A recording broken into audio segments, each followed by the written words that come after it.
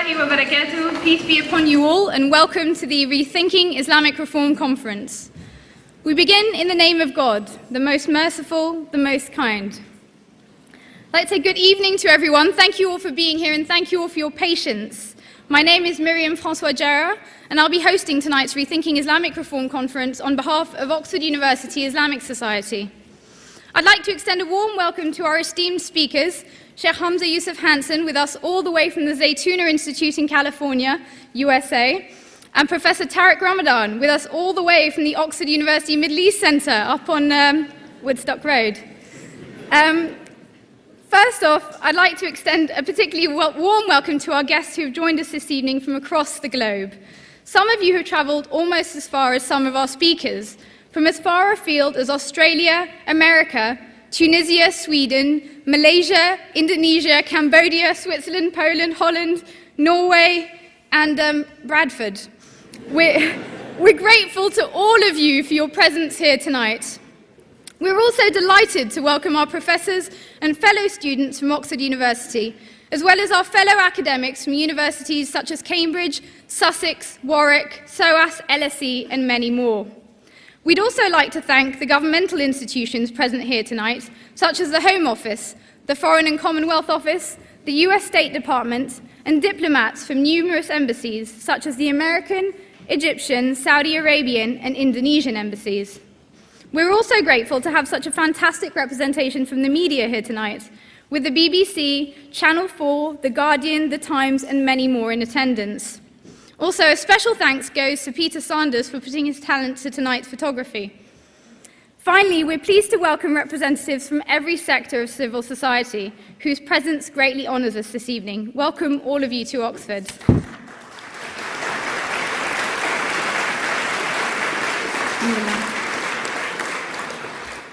Oxford seems a fitting setting for the hosting of this event.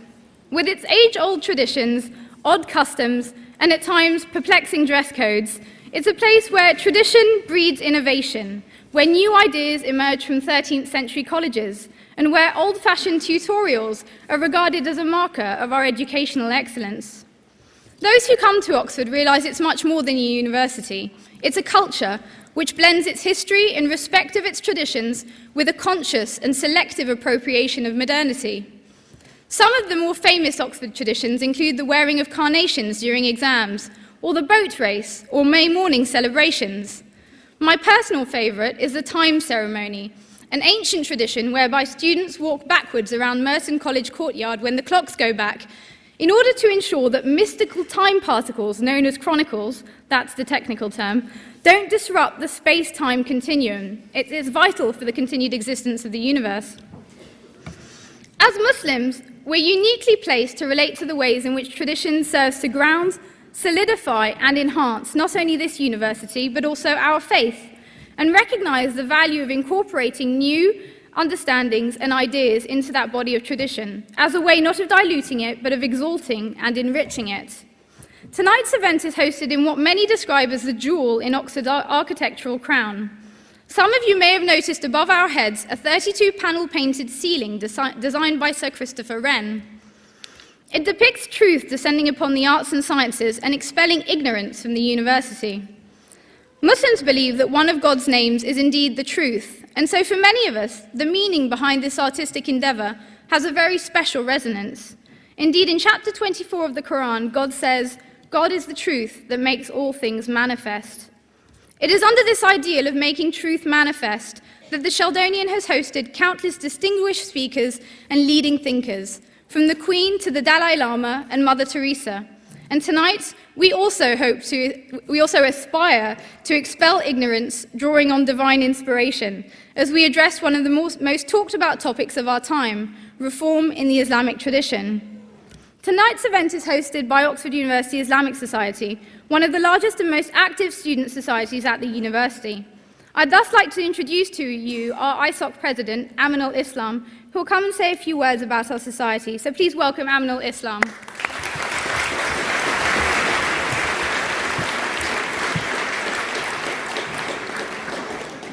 Good evening, ladies and gentlemen. It is an honor, as the president of the Oxford University Islamic Society, to be able to welcome you all here today in the most prestigious of venues, for what is most certainly a magnificent occasion. My task here today is to introduce us, your hosts, the Oxford University Islamic Society. I'm meant to explain who we are, what we do, and how we fit into the university at large. But I would like to take an unconventional route, if I may, by first drawing attention to our attire this evening, the so-called sub-fusk, the official academic dress of the University of Oxford. The sub-fusk is an integral part of any Oxford student's life, and we wear it during ceremonies or events of great magnitude. We wear it when we matriculate and are accepted into the university. We wear it when we graduate from the university. We wear it for exams, for official meetings, and sometimes even to dinner. It is the highest level of clothing we can display, and so we wear it today. We wear it to honor this occasion. We wear it to honor our speakers, and we wear it to honor you. Many people think, and I'm inclined to agree, that the sub-fusk is beautiful. Others, however, think it makes us look like penguins. Despite what people may think of the sub-fusk, it is intriguing to discover that despite it being an age-old Oxford tradition, it does not originate in Oxford, nor even in England. Instead, it takes its roots from the universities and madrasas of the Islamic world, which predate Oxford. The gown is the equivalent of the robes of the madrasa student. The mortarboard, which I now hold in my hand, and which we cannot wear until we graduate, symbolizes the Quran, which graduates in the Muslim world used to tie to their heads at their graduation ceremonies. Similarly, whenever we are in sub-fusk, we are to carry the mortarboard, just as students in the Islamic tradition used to continually carry their Qur'ans with them. The right to put it on one's head coming only at the end of one's study, when they are worthy of such an act. So when we wear these clothes dating from ancient traditions, we are aligning ourselves to the shared traditions of Oxford and Islam. Whilst the world changes around us, Oxford remains the same, holding fast to our shared values of truth, creativity, and freedom of thought. Just as sub-fusk does not change, we believe that Oxford and Islam remain unchanging at the center of positive change. Accordingly, we continue to strive to be that positive change. In Hillary term alone, we hosted one of our speakers tonight, Tariq Ramadan, in Oxford's most famous debating chamber, the Oxford Union, to talk about jihad. We also hosted a seminar in polygamy in the home of the world's most prestigious scholarship, Rhodes House, and a workshop on Islamic art in Britain's first museum, the Ashmolean. Is it not then appropriate that today we are holding Rethinking Islamic Reform, the most pressing issue in Islam, here in the Sheldonian Theatre, the most prestigious venue in Oxford?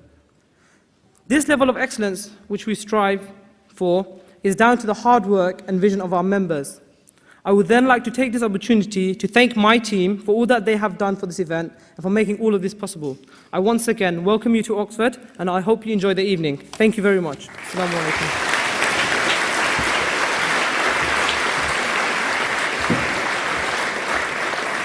Thank you, Aminul.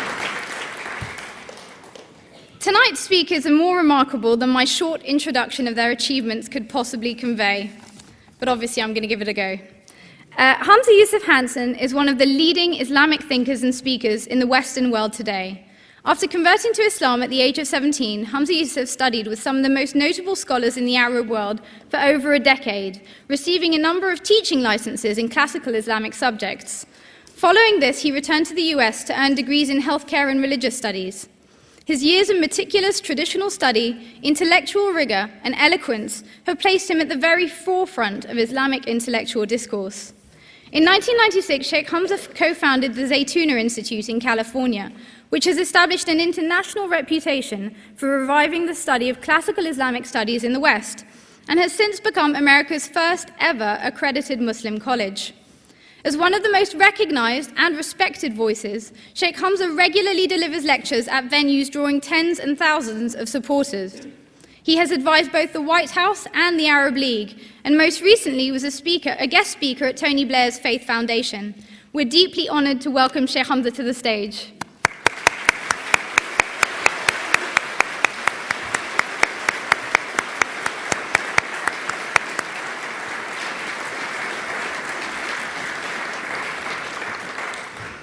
Professor Ramadan is one of the world's foremost and renowned intellectuals in Islamic academia.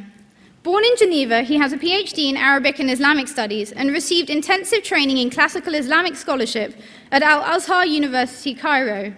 A senior research fellow at St. Anthony's College, he was appointed Chair of Contemporary Islamic Studies at Oxford University in 2009. In addition to serving as president of the Brussels-based European Muslim Network, Professor Ramadan works as an expert in various commissions linked to the Brussels Parliament. He's also a member of several working parties throughout the world. Dubbed a Muslim Martin Luther, he has repeatedly been named as one of the most important contemporary intellectuals of our time, including by the British Prospect and American Foreign Policy magazines. Time magazine also recognized him as amongst the 100 most important innovators of the 21st century. He has advised numerous Western governments, including the American administration, the British government, and recently the French government, and has written more than 20 books. Please join me in welcoming him to the stage.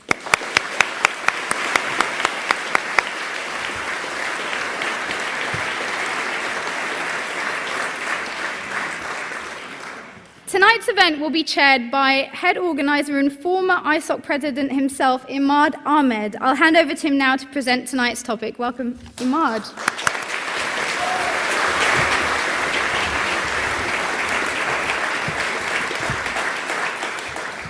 Thank you, Miriam. Actually, Miriam is one of our stars in the Islamic Society. She is our media representative and regularly represents us on many pertinent issues to a variety of media outlets. Most recently, she was on the BBC, she was in The Times, in The Guardian, all incidentally we have represented here in our audience here today. Thank you to Aminal as well. As we can tell from Aminal's speech, he's a person who brings ideas together beautifully.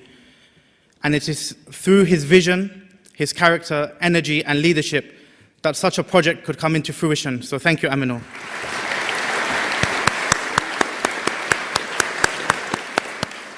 Now, moving on to the event itself, it's strange to think that this just started as an idea amongst some friends, and now it's turned into something of this magnitude.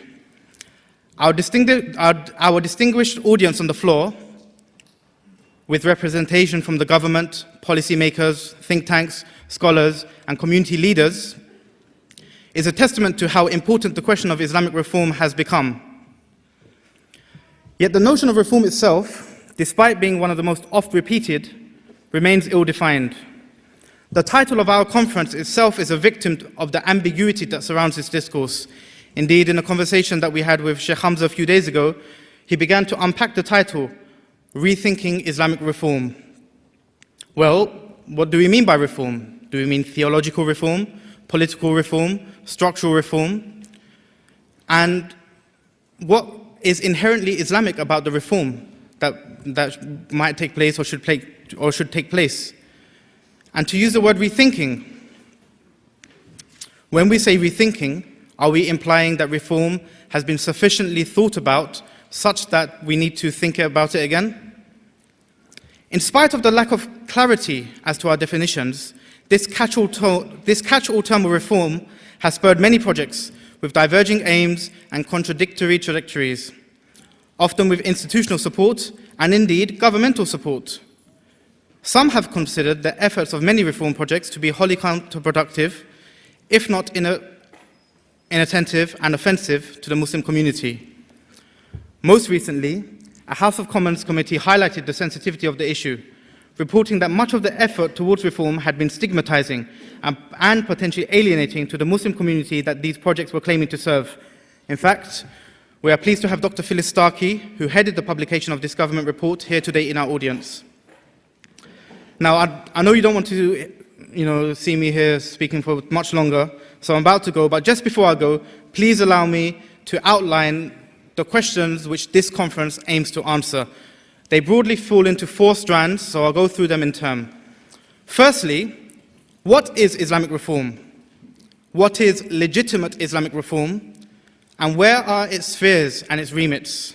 Secondly, why have Islamic reform projects thus far been met with distrust and trepidation from the Muslim grassroots? We would like this answered with a special reference to contemporary reform initiatives. Thirdly, what is the interaction between Islam and the political, social, religious and cultural discourses surrounding it, if any?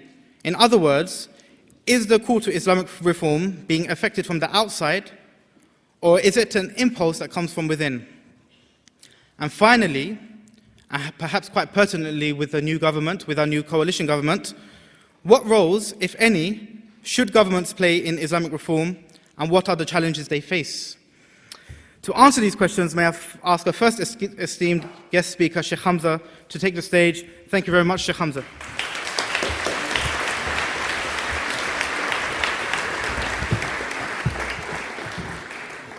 Bismillah ar-Rahman ar-Rahim. Allahumma salli wa sallam ala Sayyidina Muhammad wa ala alihi wa sahbihi wa sallam tasliman kathira wa la hawla wa la quwwata illa billah al-ali al-azim. In the name of God, the merciful, the compassionate, and peace and prayers be upon all of the prophets of God and upon our Prophet Muhammad. Alhamdulillah. I'm going to try to address each one of these points that I've been asked to address, but before that, I'd like to preface my remarks by talking about a specific problem that we have when we look at the Islamic tradition, when we look at Islam as a faith, and when we are addressing an audience that contains both peoples from the Islamic faith of various, obviously, types and backgrounds, and then of Western people. In science, you have what are called non-complementary paradigms. And to give an example of that, Newtonian physics is a certain way of viewing the world, and it works at a certain level. But if you attempt to apply Newtonian physics to quantum mechanics, it doesn't work. You have a non-complementary system attempting to address things that are very different and need a different language to describe them and a different theoretical basis to make sense of them. In many ways, the post-industrial, increasingly postmodern Western liberalism is akin to quantum mechanics, and the Islamic tradition is more akin to Newtonian physics. And so when the two of us attempt to talk, we're speaking completely different languages. And it really creates a massive barrier. Let me give you one example. One of the fundamental premises of the Islamic tradition is that human activity has metaphysical impact, that what we do in the world is actually reflected back to us through the world. So natural disasters are not seen as simply events that happen because of tectonic plate shifts, but there's actually a relationship between human behavior and between what is happening in the world. For many, many Western peoples now, that idea is a quaint, superstitious, historical idea from a previous time, something very difficult for Western people to actually relate to. One of the problems with that idea, however, and I do put this caveat, is that many Muslims will use that as a way of pointing the finger at people and saying, this is why it's happening. You're an evil person and therefore God is zapping you. That is also a major problem because there's nothing in the Islamic tradition that permits one to do that, because it is arrogating to oneself the judgment of God, and that's simply not in the realm of a human being to do. And so that's a very important point. Another aspect that is very difficult for, I think, Western peoples to relate to is the fact that the primary texts of Islam are 1,400 years old. And it is very difficult for Western people to understand how you can use a text that was written 1,400 years ago to have anything to do with modern legislation. This seems really quite incomprehensible for many people. And to give you an example, in the United States, we have a 200-year-old document. It's actually older than 200 years, but we have a document that is a little older than 200 years called the Constitution. It's the basis of our legal system. In the arguments that we have in the United States of America, we have arguments around what they call strict construction and loose construction, how we interpret the Constitution, originalism versus a living Constitution, the idea of what's called textualism in our tradition, intentionalism. What's the intent of the framers when they said these things? And should we base it on their intent, even though they were speaking 200 years ago in a very different context? Or is it a living constitution that can be reinterpreted based on the changes of time? The Founding Fathers didn't really leave a lot of explanation of how they wanted it to be understood, although there are some remarks. Thomas Jefferson said that you can't expect an adult to wear the coat of a child, and countries grow, and therefore our understanding will grow, and there needs to be changes. But he also said, but don't allow the Constitution to be wax in the hands of the government to where they can shape it to fit the way they want. This dilemma that exists in the United States is very similar to the dilemma that Muslims are going through today. There are many Muslims that are arguing for a living Quran as opposed to a type of textualist approach or intentionalist approach to the Quran. How do we interpret the Quran in the light of modern society? Now, the reason that I really wanted to drive that point home is because the problems of law and language are perennial problems. We still study Plato because Plato raises questions that are still pertinent to people living today. We still study Aristotle because Aristotle also addresses issues that are pertinent to people today. And so, in light of looking at the past to illuminate the present, I would like to honor a graduate of Oxford and an Oxford Don who I really like. And that is the great Arnold Toynbee. Arnold Toynbee studied at Balliol College, and I'm speaking about Arnold J. Toynbee, not the great economist of the 19th century who also has that same name. Arnold Toynbee wrote an essay in 1947 called he wrote a series of essays in a book called Civilization on Trial. One of the things that he said in that book is that when civilizations are confronted with challenges, they tend to respond in different ways, and their responses will determine their success or their failures. But he said one of the common characteristics of a civilization when they're under great stress is to find what he called bugbears, people to blame for their problems. And he mentions now the capitalist West, it uses communism. He said in the divided world of 1947, communism and capitalism are each performing this insidious office for one another. Whenever things go awry in circumstances that seem ever more intractable, we tend to accuse the enemy of having sown tares in our field and thereby implicitly excuse ourselves for the faults in our own husbandry. This is, of course, an old story. Centuries before communism was heard of, our ancestors found their bugbear in Islam. As lately as the 16th century, Islam inspired the same hysteria in Western hearts as communism in the 20th century. It's very interesting in this same essay that he actually argues that Islam is also going to become a problem again. And he addresses what is very fascinating to me, the fact that Islam is up against the wall vis-a-vis Western civilization. And because it's up against the wall, it responds in one of two ways. He calls one of the responses Herodianism and the other Zealotism. Herodianism, he said, is mimicry. It's attempting to find the secret of the people that have conquered you and to become like them. This is the Japanese response to the post-World War situation where the Japanese now have better rock and roll than the Americans. They can imitate Elvis Presley. Even their prime minister, when he came to America, he wanted to go to Graceland. That was the first place that he asked George Bush to go to, and he actually did go and visit because he apparently is a great fan of Elvis. They have some of the finest classical musicians.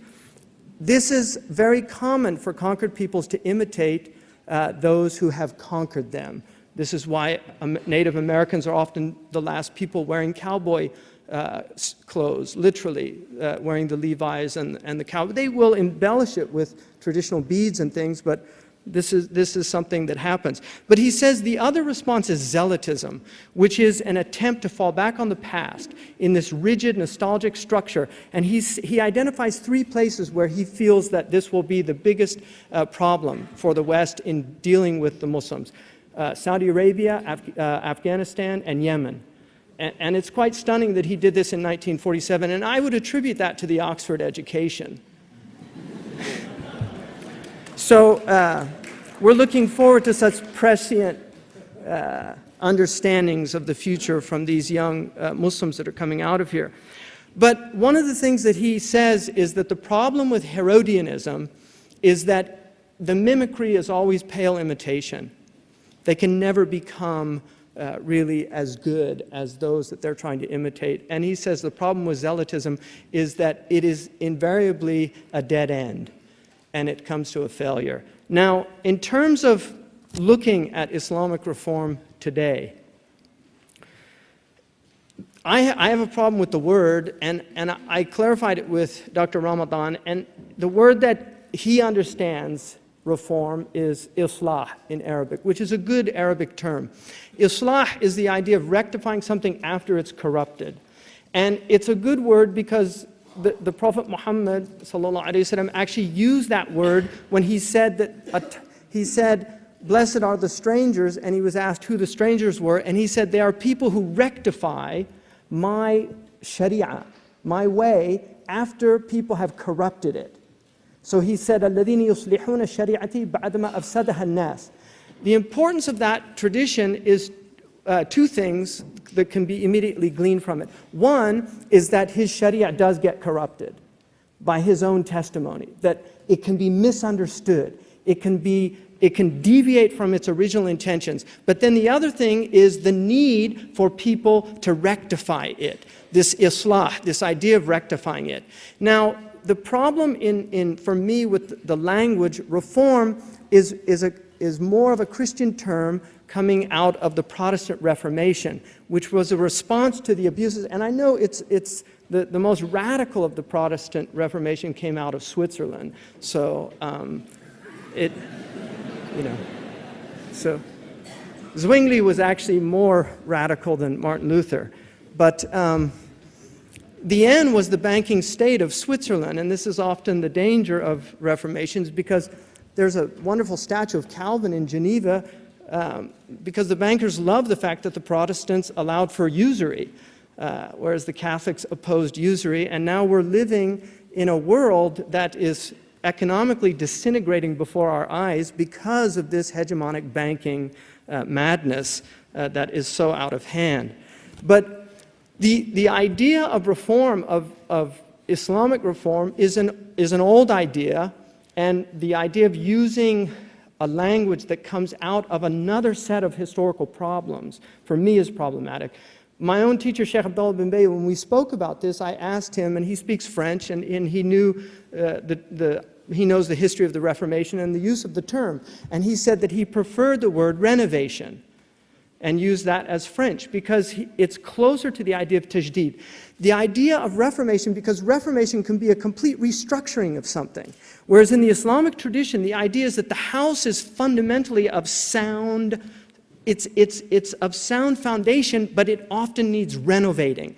It needs renovating. Sometimes the faucets aren't working anymore. The water's not flowing. People aren't getting fresh air because the windows can't be opened. So you need people to come in and renovate the house. And this is the idea. Now, this process has been going on for centuries. There's an idea, what's wrong with the Muslims? Why won't they change?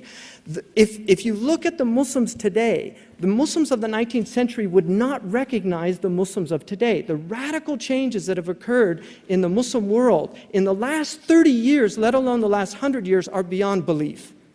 If you look at Arabic culture, and the fact that MTV, that there is a Muslim version, not a Muslim, but an Arabic version of MTV, which is as racy as the MTV that people experience in the Western Hemisphere. Now, people like an Osama bin Laden, who turns that on and sees that, literally will pull their beards out because it's incredibly traumatic. to see something like that happening in their culture. The Arabs pride themselves on what's called ghaira. In Urdu, it's translated as ghairat.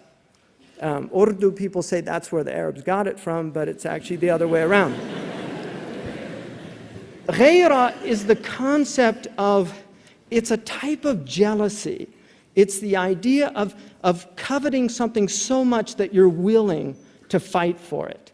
And I don't think people in the West can really appreciate anymore the degree to which this virtue in Islamic and Arabic tradition is still upheld.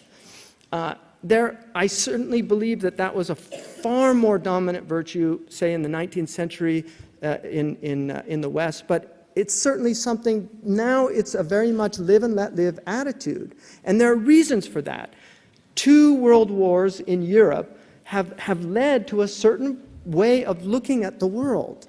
The crises that happened in the West because of 180 million people dying. We tend to want the Muslim world to catch up with us. What's wrong with you? Why can't you catch up with us? And yet we don't realize that we have been through, in the West, so much trauma to get to this point that we're at. And the Muslim world had a different set of historical traumas, much of it, in fact, a result of colonialism. So we have very different historical circumstances. Now, in terms of what is legitimate renovation or tajdeed, I would argue that the Islamic tradition is a vast tradition. The Islamic tradition is largely unread. Even people now that are studying in madrasas, studying at Sharia colleges, do not go deeply into this tradition. This is simply a fact. One of the things, I'll give you one example. When I wrote a paper on female prayer, because this was an issue a few years ago, years ago when I was a student in Mauritania, I remembered in a book that Ibn Ayman from the Maliki madhab considered female prayers was permissible in that madhab. And I remember as a 21-year-old student underlying that. I actually went back to the book and found my underlining that statement. When I studied the prayer issue, I was so struck by the fact that not only was it debated early on, but there were multiple opinions. Imam Tabari considered it permissible for women to lead the prayer if they were more qualified than men, to lead men in prayer. Ibn Taymiyyah himself permitted women to lead men in prayer if they were illiterate and she was literate. He just said she should lead from back because she might distract the men if she was leading from the front. Ibn Taymiyyah permitting a woman to lead men in prayer. Right? I mean, this is the tradition. It's all there. People have no idea how many of these issues were already examined, discussed, and incredible erudition and energy went into this. So if you look, I would argue that the Islamic tradition has within itself all of the needs to renovate the house. But it's going to take an immense amount of intellectual energy. It's going to take very, very highly qualified people, which necessitates institutions that can train and produce the types of people that are needed to engage in this activity. Usul al-fiqh is one of the great, which is in essence, it's the philosophy of legislation in the Islamic tradition. Much of the Quran and the Hadith is in fact closer to what we would call constitutional law in the West. It's not statute law. The Prophet ﷺ gives far more constitutional expressions and legal injunctions than he ever gives cut and dry statute law. Do this, don't do that. He leaves things open. There's an immense amount of ambiguity in the Hadith. This was known early on. There are very few verses of the Quran and Hadith that are considered what is known as qat'iyyat al-dilala, which is where the understanding of the expression is absolute, that we know exactly what it means. It often holds 2, 3, 4, 5, 6 meanings, and you get all of these multiple interpretations. The other thing that's so extraordinary about our early scholars is that they were very well aware of what we would call in the West fallibilism, that they were not dictating God's law in their jurisprudence. They were dictating the mujtahid, or the individual's understanding of God's law. In fact, Ibn Qayyim al-Jawziyya in I'lam al-Muwaqqi'in has a chapter entitled The Prohibition of Calling a Fatwa the Ruling of God. The prohibition of calling a fatwa the ruling of God. The fatwa is a personal opinion of a mujtahid in attempting to understand the intention of a text. Moreover, the fatwa was known and understood to be specific, in many cases, to time and place. This is another aspect of fatwas that are rarely understood, even amongst people that are trained in classical Islamic education. The Hanafi school believes that the place actually affects the ruling, even though the other three schools do not in the Sunni tradition. So if you're in England, there are certain rulings that would be permissible here that might not be permissible in another place. Other scholars argue no. But these are the differences of opinion and the nuances. This is another aspect. The Muslims have always recognized diversity and difference of opinion. But we have what are called thawabit and mutaghayyirat in our Islamic tradition. The thawabit are things that do not change. They cannot be reformed. One of them is our basic understanding of God, our basic understanding of prophecy, our basic understanding of eschatology, of what happens after life. These things are fixed and eternal. They don't change with time and place. God is all-powerful, omniscient. He speaks, and He has no gender, even if we use gender language to express the divine by the limitations of language. But Muslim theologians were always clear there is no gender to God. God is neither male nor female, transcendent. So that aspect cannot change. What changes then? The changes are our understandings. But those understandings have to be based on following rigorous principles. The first and foremost is they have to be within the context of the language in which the revelation was revealed. And this is why, as opposed to living constitution, the idea that the language and the intent of the framers of the Constitution have no relevance to us today. This is a debate.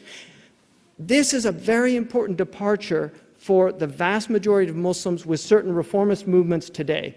The idea that somehow we can reinterpret the Quran in the light of 21st century language.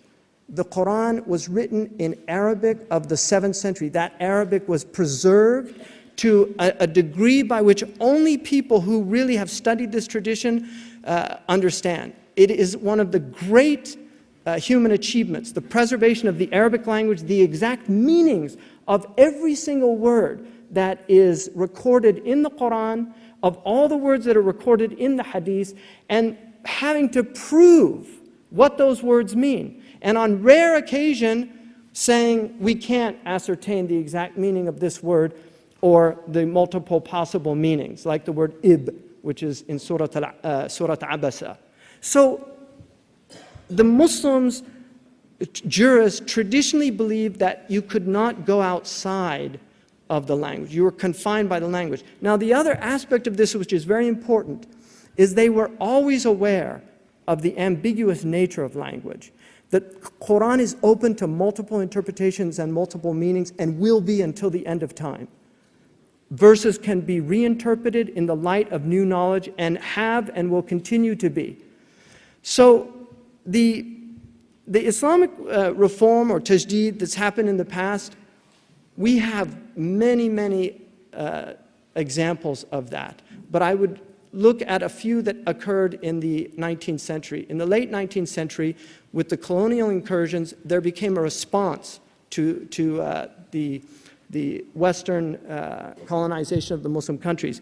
Some of those responses involved attacking Muslim spirituality because they believed, like Muhammad Abdu and others, they believed that the Muslims were far too otherworldly, that the Sufis had taken hold of their understanding to such a degree that they really forgot about the world itself. And So the emphasis then was to focus on the political, the economic dimensions that had been ignored for so long. And so you got these reformist movements that were essentially political and economic attempts at redressing the real problems in the Muslim world, educational problems, the fact that things like engineering were so widely ignored, attempting to redress the problems of Muslim universities. Al-Azhar is a good example of that. Al-Azhar was traditionally only where people were trained in Islamic tradition, and now it is a multidimensional, multifaceted university. That was an attempt at reforming the problem of limiting Islamic universities simply to the subjects of Islamic tradition. Then you had the political movements of which Dr. Ramadan's grandfather was involved in on his maternal side, Hassan al-Banna, who was part of that tradition of Rashid Rida, who was also one of the reformist trends that occurred in the Muslim world. Ben Badis, who is affected by that in Algeria, so you have a complete reformist agenda in Algeria, and then you have Ala al-Fasi in Morocco. These are all happening on top of the Wahhabi reformist movement that was happening even earlier than that in the 1780s, 1790s, and then it's reinvigorated with King Abdulaziz's conquest of the Arabian Peninsula. These are all attempts at reform, of dealing with the collapse of the Muslim sovereignty and the Muslim ethos. One of the great traumas of the Muslim world was in 1924 when the Ottoman Caliphate officially dismantled. There was a conference in Mecca that was done to reestablish it, to appoint a new caliph. The head of that conference was Muhammad al-Zawahiri, who was the grandfather of Ayman Zawahiri, the companion of Osama bin Laden. He was the Sheikh al-Azhar at the time. I mean, this is quite extraordinary. Ayman Zawahiri's grandfather on his maternal side wrote the Egyptian constitution. He was one of the most important people in designing the Egyptian constitution. He comes from a very traditional, very aristocratic Egyptian family. So what happened between Muhammad Zawahiri and Ayman Zawahiri? I mean, how did that chasm occur to where you end up responding instead of the famous statement of Muhammad Zawahiri in 1924, after they couldn't elect a caliph in Mecca, he said, let's do the janazah prayer over, which is the funeral prayer of the Muslims, over the nation of Islam. That was Muhammad Zawahiri, his grandfather's response to the inability to elect a caliph.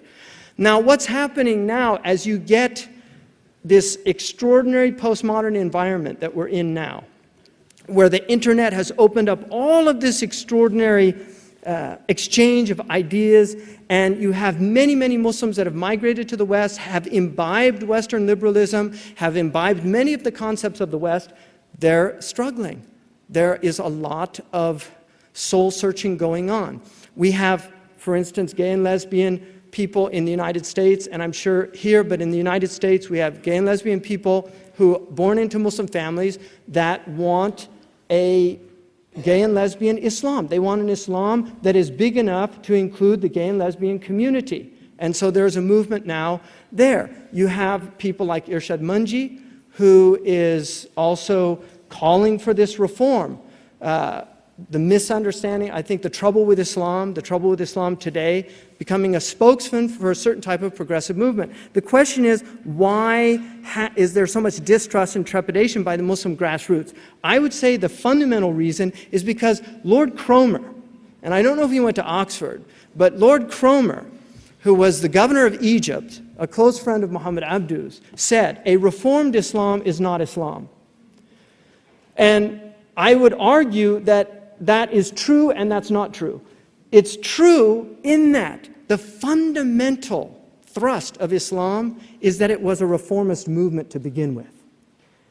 Islam was redressing the problems that they saw inherent in Christianity, the sectarianism. People have no idea the number of sects of Christians that existed in the Middle East at that time. The Nestorians, the Jacobites, the Arians, the Byzantine Orthodox, the Catholics, all of these different groups. The Malibari Nasranis, who are still in existence in India, had to flee to India, who were Semitic Christians like Ebionites. All of these differences. And then also the Jewish rejection of Jesus. So the Prophet Muhammad saw himself as coming to really reform the Abrahamic tradition. He put in place several constraints in his faith. And also in the Quran you will find many verses warning not to change the faith. There are many warnings about this. The Prophet, one of the most fundamental concepts in Muslim consciousness is the idea of bid'ah, is the idea of innovation, of changing the structure of things. And this is why the Muslims are very, very wary of messing with the calibration of this religion. This is why when they see new ideas like this, they tend to react. This is the grassroots of Muslims.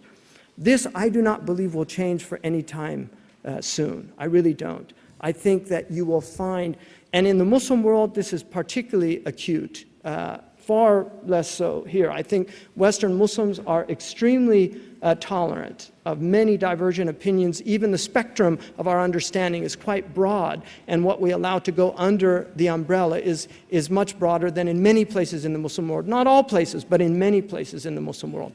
But the Muslims historically have been very tolerant of dissent. Now, there is an argument here about British Islam, and I want to talk about that and then make my closing remarks. There's an argument somehow that the British Muslims need to assimilate. They need to fully become British. And there's this problem with multiculturalism.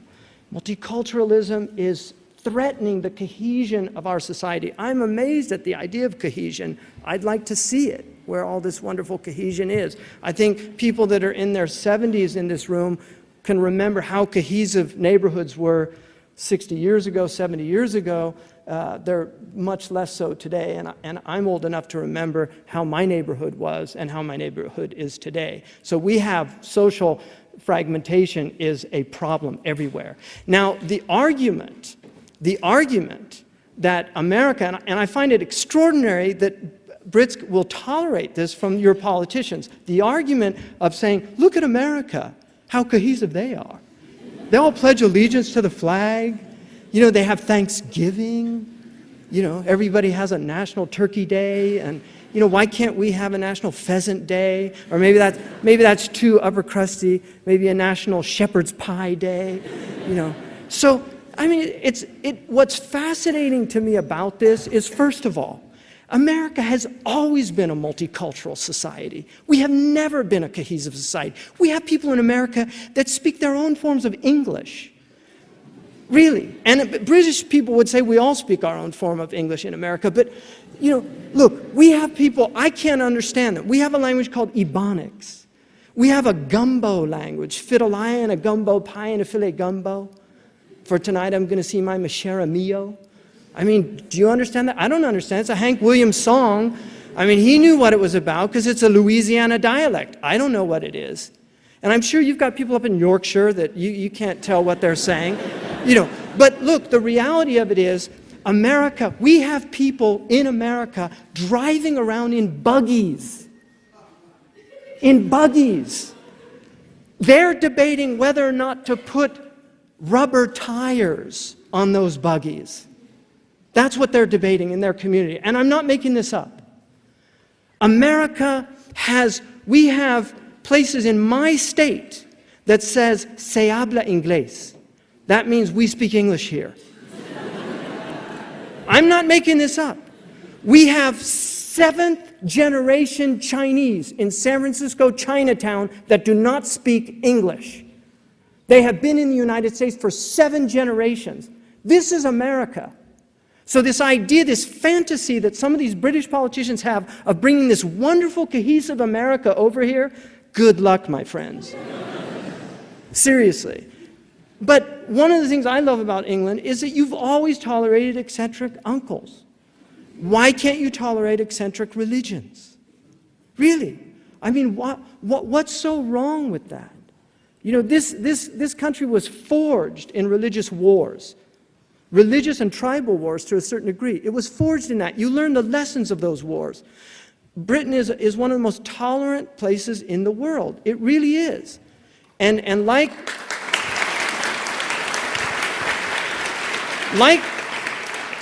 Dorothy Sayers, one of my favorite theologians, she's a mystery writer too, but she was also a good theologian. Dorothy Sayers said, the British people are slow to anger, but when they get angry, they behave like fools. And there's probably a lot of truth in that, but the fact that they are slow to anger, that's one of the most precious virtues in Islamic tradition, hilm, which is the ability to forbear others, to be slow to anger.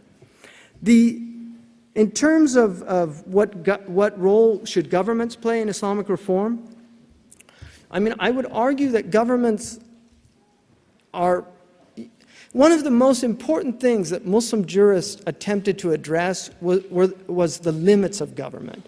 And Muslims traditionally were very libertarian in their approach. They did not like, our jurists did not like, they didn't work for governments, and we had a separation of powers in the sense that the legislative body was in the jurists, and the jurists were independently working. Islamic Sharia arises completely independent of government support. The great jurists were actually Malik, Ahmad ibn Hanbal, Abu Hanifa, Imam Shafi, all spent time in government jails. All of them. And these were the great founders of the Sunni tradition, and the Shia also have a tradition of persecution at the hands of government as well. In some ways, far worse than anything the Sunnis ever suffered. So Muslim jurists were always very wary of government. One of the things about that nothing taints a reputation more in our community than an association with a government. You lose your credibility. When I went into the White House, and I was just a guest, they didn't pay me, I didn't get any money. Maybe I should have asked for something because it was just, but that did more to tarnish my reputation amongst a large segment of the Muslim community, because Muslims are very wary of any scholar who associates closely with a government, and they always have been.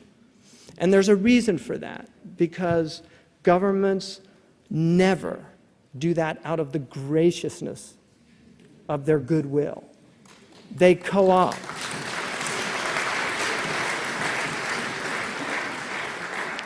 And when George Bush made a reference to "we're not at war with Islam," the CNN camera immediately flashed on me, which made me realize that was pre-planned. So we do have a state press. They called it Pravda in Russia, we call it CNN. But these are the problems that we have to deal with. Now, our Prophet said the worst scholars are those at the doors of rulers, and the best rulers are those at the doors of scholars. My own teacher, Sheikh Abdullah bin Bayya, said the first is restricted, and the second is absolute. What that means in Usuli language is that the first is not an absolute statement, because it's dependent on the intention of the scholar. When the Prophet said the worst scholars are those at the doors of the governments, wanting some personal gain from them. If they go there for the sake of God to advise those governments, then they're not from amongst the worst scholars. This is the type of understanding that needs to translate. Finally, in conclusion, I would argue that some of the most important things that have to take place in the UK and in the United States and really in Europe. We have now 30 million Muslims in Western Europe, according to most statistics. We have probably between 6 to 10 million Muslims in the United States. We have about 3 million Muslims, I think, in Canada, and maybe 2 million in Canada. But we have close to 500,000 in Toronto. They make 10% of the population in Toronto. In Philadelphia, America's first capital, we have 10% Muslims now. In New York City, the Eid the City Council of New York voted to make the Eid holiday a holiday in the city of New York, largely because 12% of Muslim children in the New York City School District are Muslim. 12%, that's the largest city in the United States of America, and 12% of its children in its public school system are Muslim. This is an immense opportunity, but it's also a crisis. And we know that in the Chinese ideogram means both crisis and opportunity. It's a crisis because if we don't somehow come to terms with the fact that Muslims do not have the intellectual tools to navigate their religion in uncharted waters, such as these that we are in now, if these tools are not presented in an intelligent way that's rooted and founded in the Islamic tradition, then we have a very serious problem. And this problem, right now, we're only seeing slight externalities. And I'll use that term externality, as you know, is a negative externality of a corporation is the toxic byproducts that come out of it. So like BP, the positive thing was drilling the well. The negative externality is the fact the well didn't work out. Well, religions have negative externalities as well. Things go wrong. People go wrong. We have Muslims that are negative externalities for the social body. Now, people leave it up to BP to deal with the problem, but sometimes the problem is bigger than BP. Sometimes you do need governments to come in. When the FBI came to me, not to question me, they never came to question me. I mean, they have at the airport and things, but they never came to my house to question me like was reported in the press. And Dr. Ramadan knows about press. I don't believe press anymore, because once you read about yourself in the press, you know it's just rubbish. You know. And Wikipedia, my goodness, you know. So the FBI, I told them, look, my wish, you know, really, my wish is you guys get it right. Really. This is a criminal problem. These are criminals, and they need to be stopped. Extremism is as American as apple pie. We have extreme sports. We jump off buildings, you know, with bungee ropes and things. We have extreme eating. We had a woman die recently in a water drinking contest. We have hot dog contests where they eat 150 hot dogs. People from Egypt would never do that. You know, we have extreme music. They used our music to torture people at Guantanamo Bay. Seriously, they used it to torture. In fact, the heavy metal bands actually protested against their music being used as torture. We have extremism is as American as apple pie, really. The problem is not extremism. Extremism is a human problem, but it's always been there. It will always be there. The problem is violence in a civil society. And this is what we need to address, the problem of violence. And at essence, Islam is an Irenic religion. It is a peaceful tradition. Our Prophet was not a warmonger. He did not like war. He disdained war. He said, never hope to meet your enemies. But if you're forced to meet them, be brave in the battlefield. He prohibited the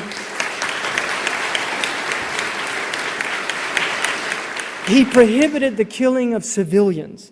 He prohibited the killing of women and children. In the Maliki fiqh that I studied, the only time that you can fight a woman if she's a combatant on the other side. The Maliki jurists were so troubled by the hadith that they said, if you see a woman on the battlefield, run away from her. Because they did not want you to fall under that hadith, because it's a mutawatir hadith, it's a factual hadith that has the same strength as a verse in the Quran. Now, I want to close and end this by saying one of the greatest problems we have is we have what I call Sheikh Googles, weekend muftis. We have now a loss of authority in our tradition. This has led to people like what they call Sheikh bin Laden. Somebody called me up on a recent Arabic program and said, what do you think of Sheikh Osama bin Laden? And I just said, first of all, what do you want from the question? Do you want me to be, if I answer, oh, he's a great guy, to be in Guantanamo Bay tomorrow? I mean, is that kind of the idea? Or what, you want, you know, I think he's terrible. But who made him a sheikh? Really, who made Sheikh Osama bin Laden a sheikh? Osama bin Laden is an accountant.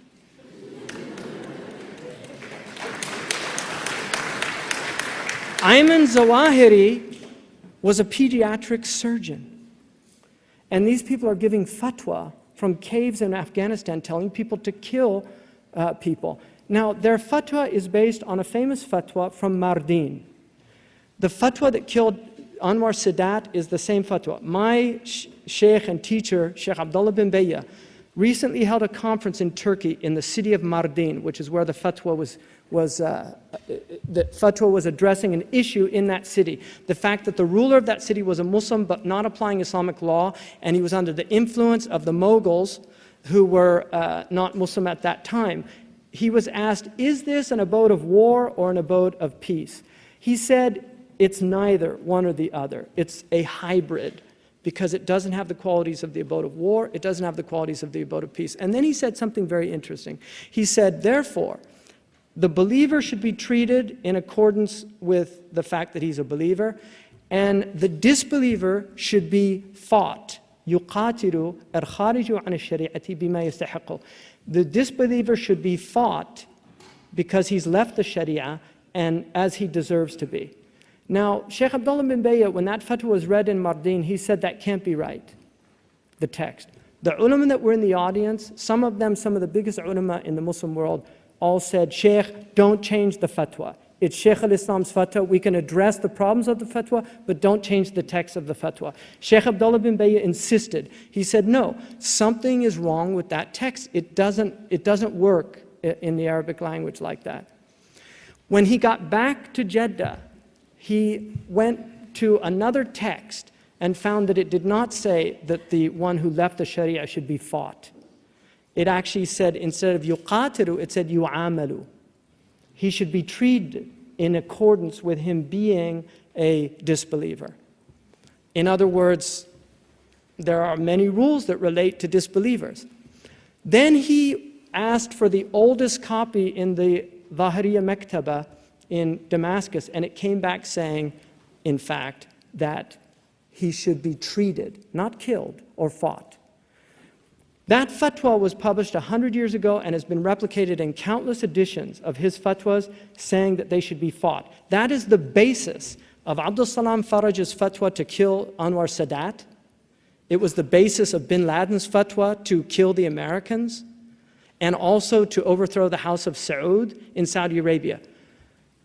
It's a misprint. They've based an entire philosophy on a misprint in a text that occurred 100 years ago. This is a crisis in our community, the crisis of authority. Who can read these texts and who can determine what they mean? Thank you very much.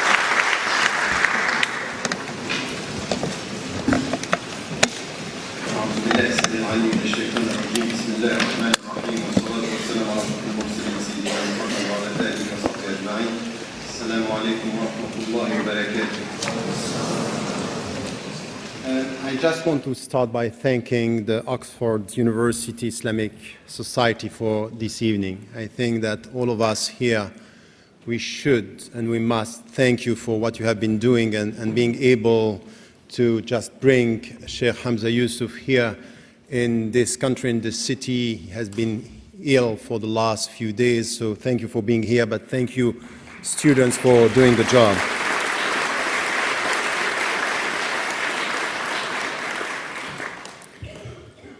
So let me come to this discussion, because I really think that here we are dealing with something which is a very serious issue. And as you will see, we may have some common ideas and disagreements on some of the topics and the issues, but I think that this is where Muslims around the world should come to a deep understanding and to open channels for intra-community discussions that are missing today and not done at the level which is needed. In fact, you know, when I went to Egypt to study, because it was not possible, and I think also that the future of Western Muslims to have institutions in the West, but I went to Egypt and I was with scholars, and in fact there is something common in our journey to Islamic knowledge, is that born and raised in the West and going back to Egypt, for example, it was in Egypt for me, I went to traditional one-to-one courses with scholars, and just what I wanted is just to get the knowledge and what we call in the traditional way of teaching ijazat, and this is what I wanted from the scholars. But there is one thing that I asked to one of the scholars, who is a very important scholar in Egypt, Sheikh al-Aqabawi, and I was with him and I said, you know what I want to do in the fiqh field? I want to study mawdi' al-ikhtilaf. So what are the issues where the scholars did not agree? I want to understand why. What is the point? And we went through 60 issues on which the scholars are coming from the Sunni tradition, the Shia tradition, and within the Sunni tradition, the Shafi'i, al-Hanbali, al-Maliki, and others. And I wanted to understand how and why. Why first and how they were disagreeing and how they were dealing with the text. Why? Because there is something which is not disputable among the Muslim scholars and among the Muslims, is that the text is the text and the Quran is the Quran. But we agree that there are many interpretations. So from the text, which is one text, there are many interpretations dealing with minds, environments, time, space, and that you have to take this into account if you want to understand. And the main point, which was very, very important for me, is that while I was studying at the same time with one scholar fiqh and with the other scholar usul al-fiqh, the point was very clear that if you take what is in usul al-fiqh, Shatibi was saying, 14th century, he was saying something which was quite important, which is in fact usul al-fiqh, the fundamentals of law and jurisprudence, are in fact the philosophy of law, the Islamic philosophy of law, which is behind the scene, which is the old framework within which we think about fiqh.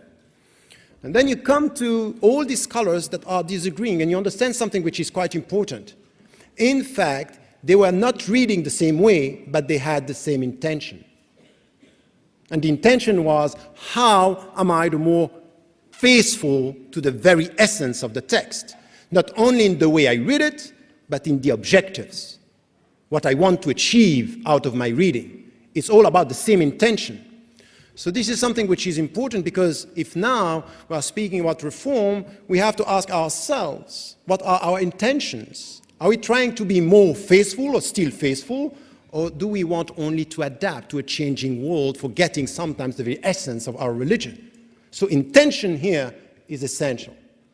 So there is something which is common ground that behind the scene, all the scholars, if we accept and agree, and this was my position from the very beginning in this vast tradition, as Hamza Yusuf was saying, is something which is quite important, is that it is sincere scholars are trying to be faithful.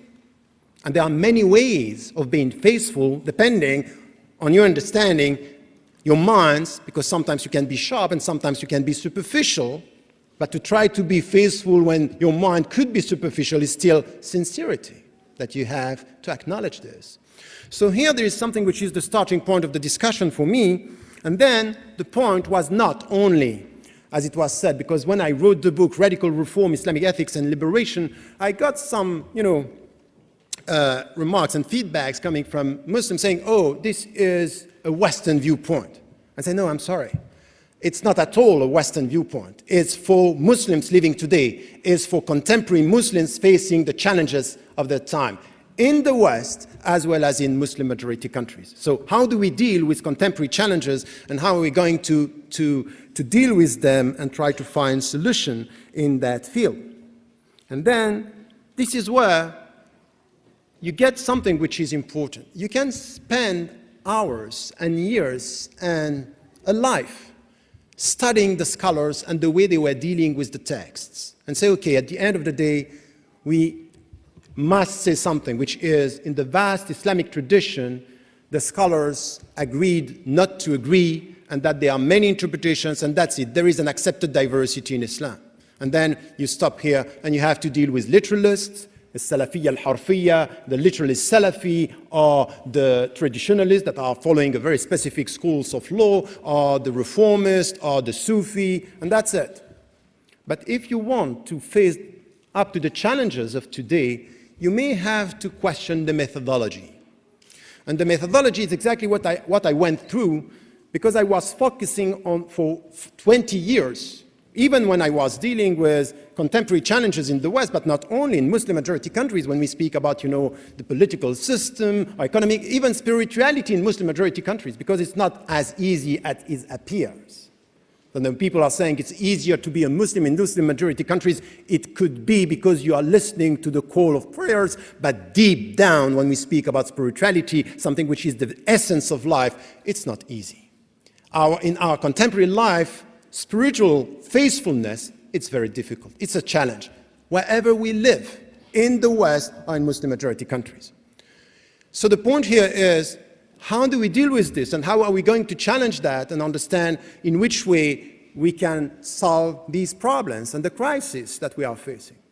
And then I came to something which is an inductive process, from the fiqh field to something which is the fundamentals of fiqh, usul al-fiqh, by saying this is maybe where we have to come back and to come back to the essential.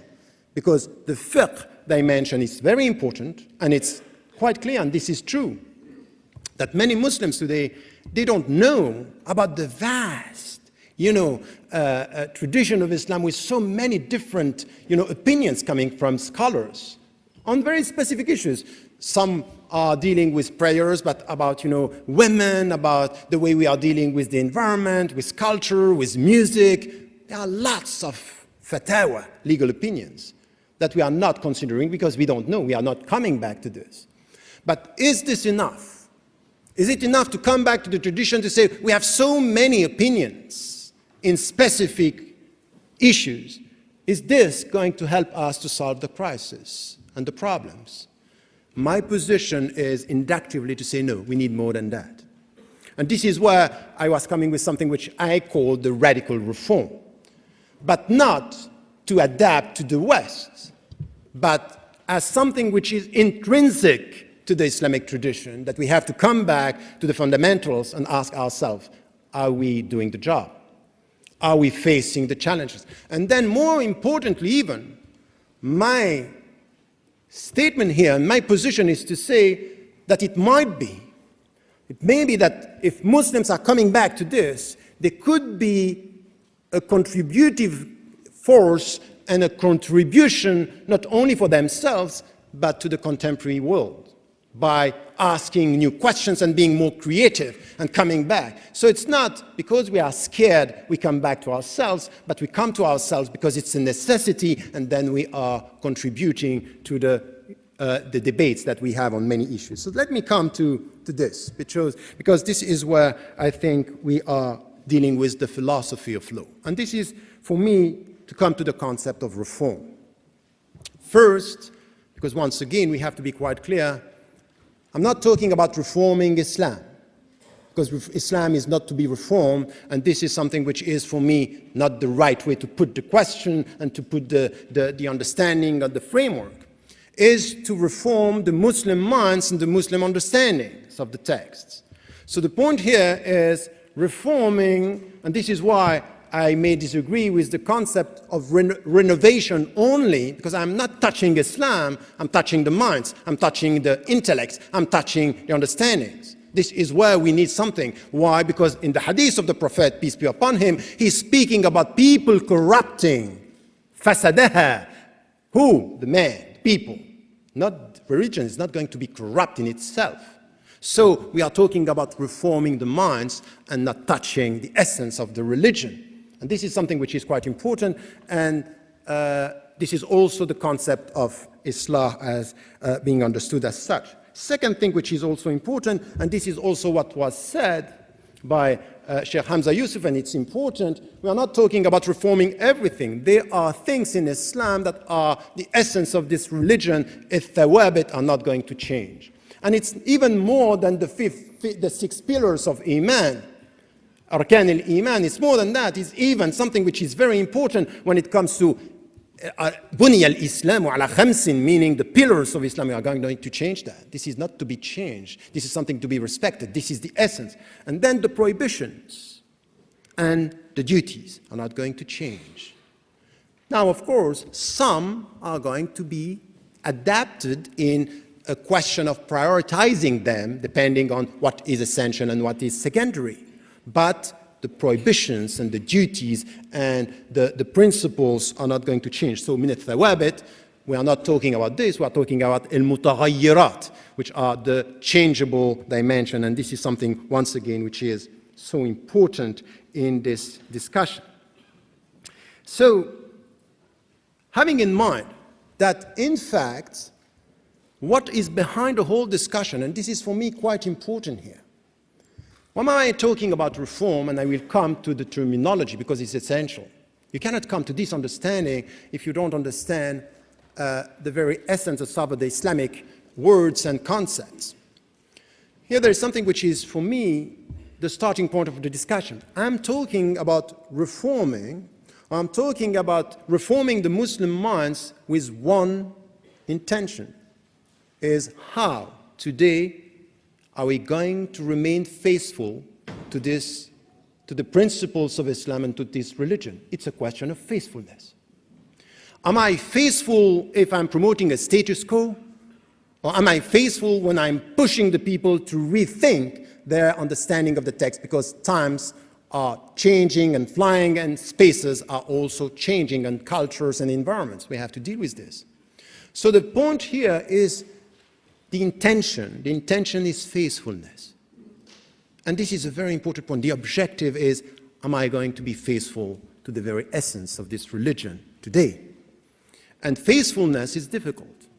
Faithfulness means that it's not only faithfulness with your heart, it's faithfulness with your mind, it's with faithfulness with your actions within your societies and individually and collectively in the society as a community. So here, the point for me is really to come to this, and this is why I understand that some Muslims, and even in the West, when, for example, I was talking about reform, say, don't use this word, it's coming from Christianity. I said, look, I understand why you are saying this, and we are just saying this with Sheikh Hamza Yusuf before we were talking here, but there is something for me which is quite important. I can understand that sometimes we don't want concepts coming from outside being imposed onto us. The point is it true with the concept of reform and some of the concepts that we have from the Arabic tradition and from even the ahadith and the Quran, Quranic verses that we have to deal with? Because it's true that sometimes if you think of yourself through the eyes of the others, you are alienated. This is the very meaning of alienation. But I would say that in time of fear, there is a double alienation which is much more dangerous. Which you think that you think through the eyes of the other because you are disconnected or you are scared of coming back to the true essence of your religion. So by not knowing yourself, you think that you think through the eyes of the other. So this is double alienation, and it's very dangerous. So let us come back to the very essence of some of the Islamic concepts here. And I'm not only using one to speak about reform, I'm using three. The first one, yes, is Islah, because it's in the verse and it's everywhere in the Quran. And even more than that, there is something which is quite important with the concept of reform, is that you yourself, if you don't care of yourself, if you are unjust with your own body, your own heart, your own mind, you can corrupt yourself. So Islah al-Nafs is something which is an ongoing process of reforming yourself to come to the better, to come back to a sound state, which is a very important point. This is a very important concept here when it comes to Islam, but there is another one, which is coming from the prophetic tradition, which is tajdeed, which is to renew. Allah يبعث لهذه الأمة على رأس كل 100 سنة من يجدد لها دينها. Meaning by this that every century we'll have someone or a group of people coming to help this community to renew its religion. And renewal here, its tajdeed, is something which is important. What does it mean? All the scholars who came or quoted this hadith, this prophetic tradition, were saying, we are not talking about changing the religion, we are talking about renewing your understanding. So, tajdeed al-fahm, which is a new understanding of the text. So the text is not going to change. Your mind is changing because the time is changing, and the environment is changing. Of course, you have you are thinking out of a specific context and you read the text in a specific way. But this is even the case with any text with your own self. When you are sad, you read the text in another way. When you are full of joy because the text is talking in another way because you are reading something else. You are projecting onto the text. But it happens also with intellect. It happens with minds. It happens also because the challenges are new. And there is another one, which is Ihya, which is the one Abu Hamid al-Ghazali was using, Ihya ulum ad-din, which is we have to come back to give a new life and to revival, which is also important. So it's revival of our minds, of our understanding in the sciences. The sciences is the product of the human intellect as to the way we deal with knowledge, the knowledge of the texts. So Ihya, Tajdid, wa Islah. And I would say that this is intrinsic to the Islamic tradition, that we have to go through this if we want to be faithful. There is no way to be faithful to universal principles if you don't understand the historical contexts and environments. No, please. Don't clap. It disturbs me and don't like it. So this is something which is important. So let me come with this understanding now to terminologies. So this is one concept which is important here. And then it helps us to understand two other concepts. When it comes to not the specialized way some scholars were dealing with some concept, you have to be very careful. Because if you go to fuqaha, by definition, a faqih is dealing with law, with rules, with ahkam.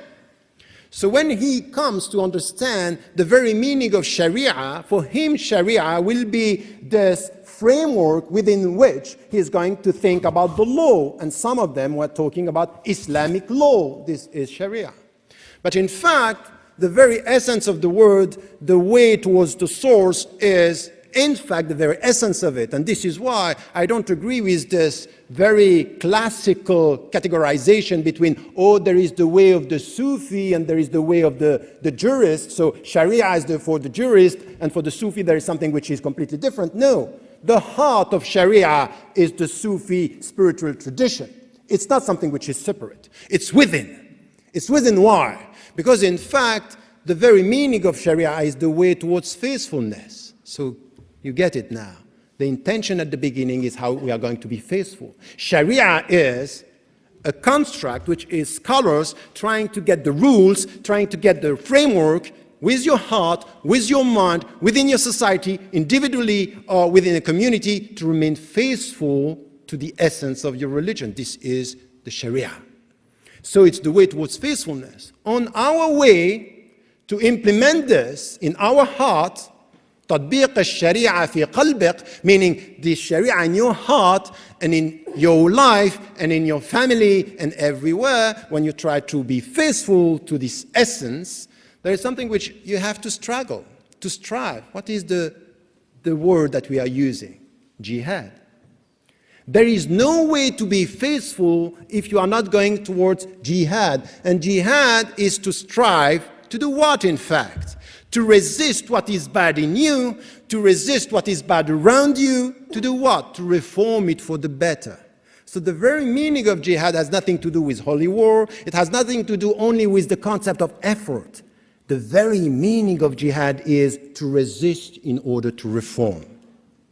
It's a two-way process. You resist. Al-amr bil-ma'ruf wal-nahy anil munkar, meaning that you have al-munkar, you resist al-munkar, which is the bad thing, and then you try to reform it for the better.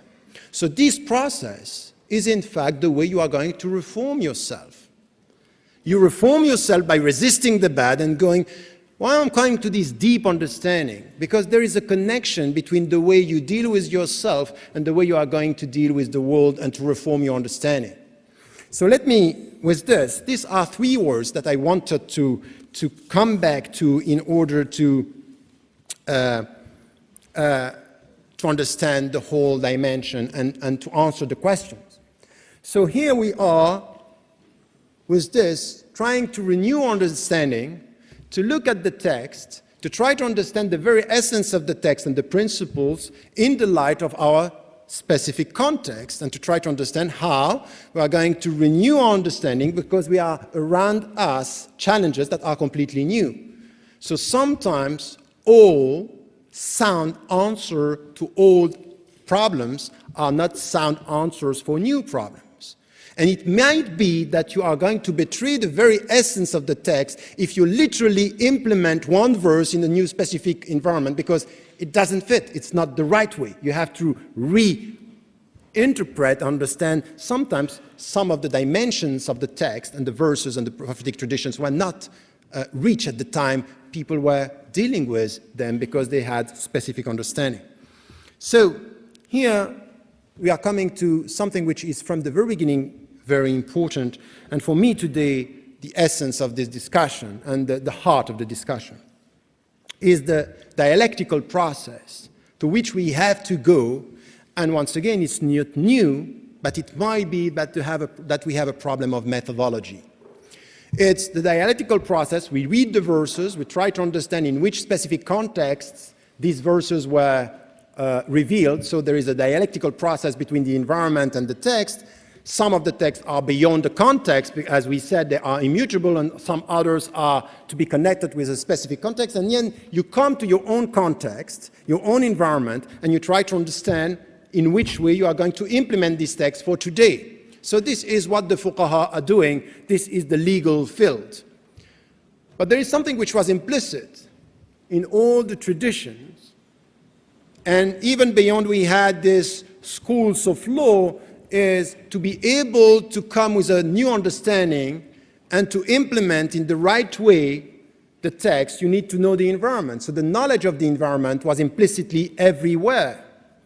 Ibn Qayyim al-Jawziyya in I'lam al-Muwaqqi'in, when he is giving all the conditions to me a mujtahid, halat al-nas is something which is important. You need to know how the people are living and where they are living to be able to implement. If you don't know, it means that your knowledge of the text is partial. You don't get it all.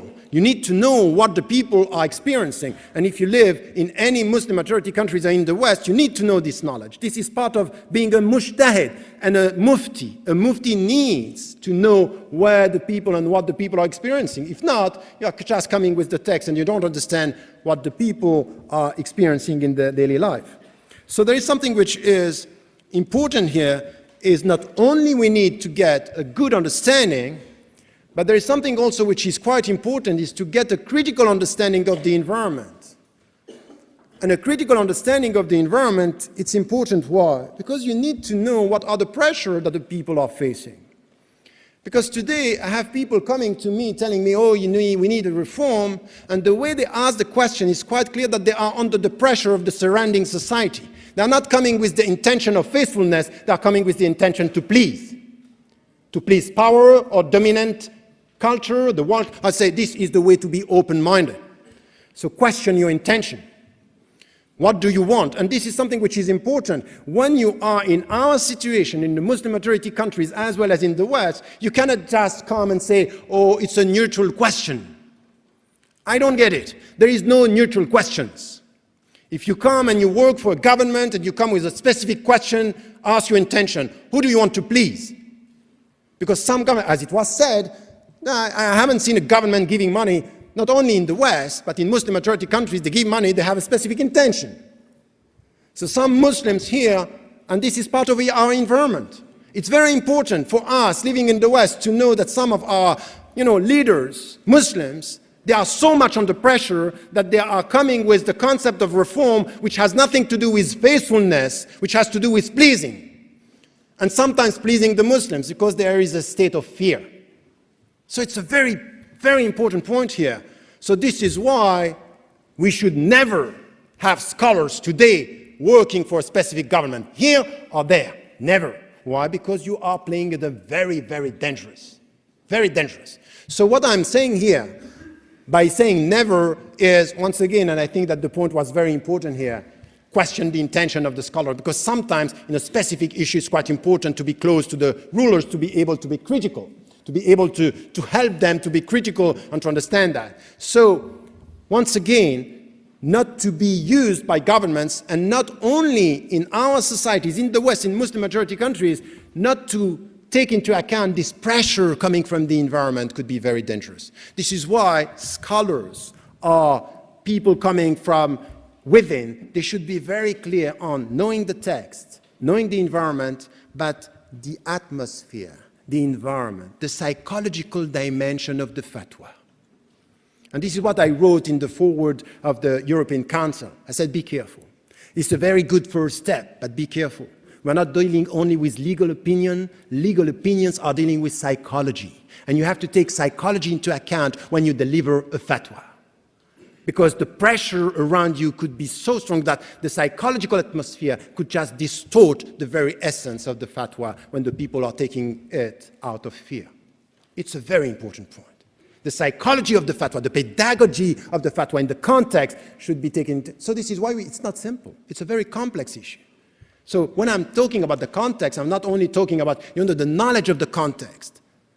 When, for example, the African-American Muslims, the first with whom I was in touch before coming with the immigrant, when they were saying, the problem that we have with immigrant Muslims, the people who came thinking that the American dream was great, this is a problem that they don't understand the logic, the system, the domination from within. They don't know what it means to be a black Muslims in this country. So they come with something which is, let us be nice.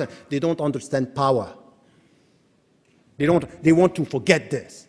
But how are you going to be faithful to the text if you don't get it that? You don't get that you are talking with people with power and you are powerless. Or sometimes you have the power of the powerless, which is great, which is very important.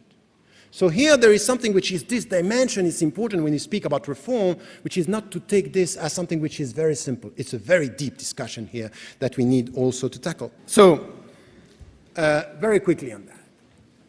When I come to this, there is something which is important, and this was my starting point when I was starting to deal, inductively, 20 years dealing with fiqh, having these scholars who was helping me so much to be very cautious with, the rules, saying this is the way, so to adapt the fatwa to the environment. And this was very important. And in the book that I wrote for, the Muslims in Muslim-majority countries, Islam, the West, and the challenges of modernity, and the other book on Western Muslims, this was the step-by-step, working in the fiqh, the legal dimension and legal opinions. And then I was reaching some limits. I said, there is something, that's fine, but there is something which is a problem. All my work is ending up, while I'm not happy with the state of the world, I'm not happy. If you are, I wouldn't say that there is any Christian, Jew, humanist, anyone who can be happy with the state of the world. We have to reform it. It has to be more, we need more justice, more dignity. We need to be involved in something which is transforming the world for the better. And all my work is adapting. And when I was dealing with some scholars, the two main words that we have, al-haja wa darura. Al-haja is it's a need, al-darura is a necessity. So let us, because it's a state of necessity, we'll come with a legal opinion helping us to deal with this necessity. We cannot choose. And I say, I don't understand the way towards faithfulness to adapt to the world, the state, in the state of affairs that we have now, without thinking of changing it. My contribution is not to accept, but to change, to transform. And I came back to something which is essential. If you come and you get to what we were talking about first, Islah al-Nafs, reforming your own self, there is something which is very important in the whole process, is that not only you need to know the principles, not only you need to know the objectives, you need to know the principles of Islam. These are the pillars. This is what you need to respect because this is coming from God. But you need the objectives. What you need to do is to be even more just with your own self. This is why one of our prayer and supplications is, Allahumma zalamna anfusana. We have been unjust towards our own self. So it's just to be just with your own self. So to reform ourselves is to be more just with our own self. But you need this knowledge, but there is one knowledge which is necessary. It's the knowledge of yourself. How are you going? Because the same verses and the same prophetic traditions are not going to play the same role with every one of us. This is the knowledge of the self. So in fact, to reform yourself, you need two knowledges, the principles and the knowledge of the self. You need to know your own weaknesses. You need to get this, so something which is universal in all the philosophies, know yourself. So Islah al-Nafs wal-Muraqaba, meaning that you are looking at yourself, watching yourself, means I'm trying to know myself and to change. So the very spiritual understanding, and very often it's quite important to come back to these spiritual teachings to understand the function and the way we have to deal with rules, is really to come to this essence. It's exactly what I did with jihad, to understand it from within, from the spiritual dimension, to understand what it means with your society. It's exactly the same with reforming. You need two knowledges: the knowledge of the rules, the knowledge of the objectives, and the knowledge of the self. So now come to something which is that we not only want to reform ourselves, what we want is to reform the world in the name of faithfulness, to be faithful. Is it then possible just to come with scholars of the texts that are coming with the principles and the rules if we don't get the other knowledge, which is the knowledge of the context at the level which is necessary to transform?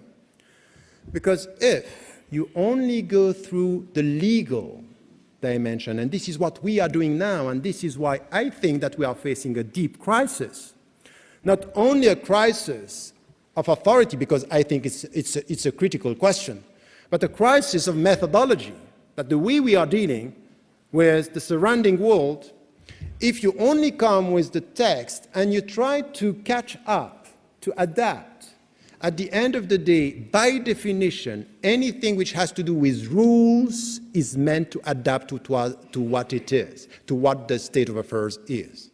By definition, if you come with, this is the work of the jurist. Jurisprudence is just to change your rules and laws to adapt to the state of affairs.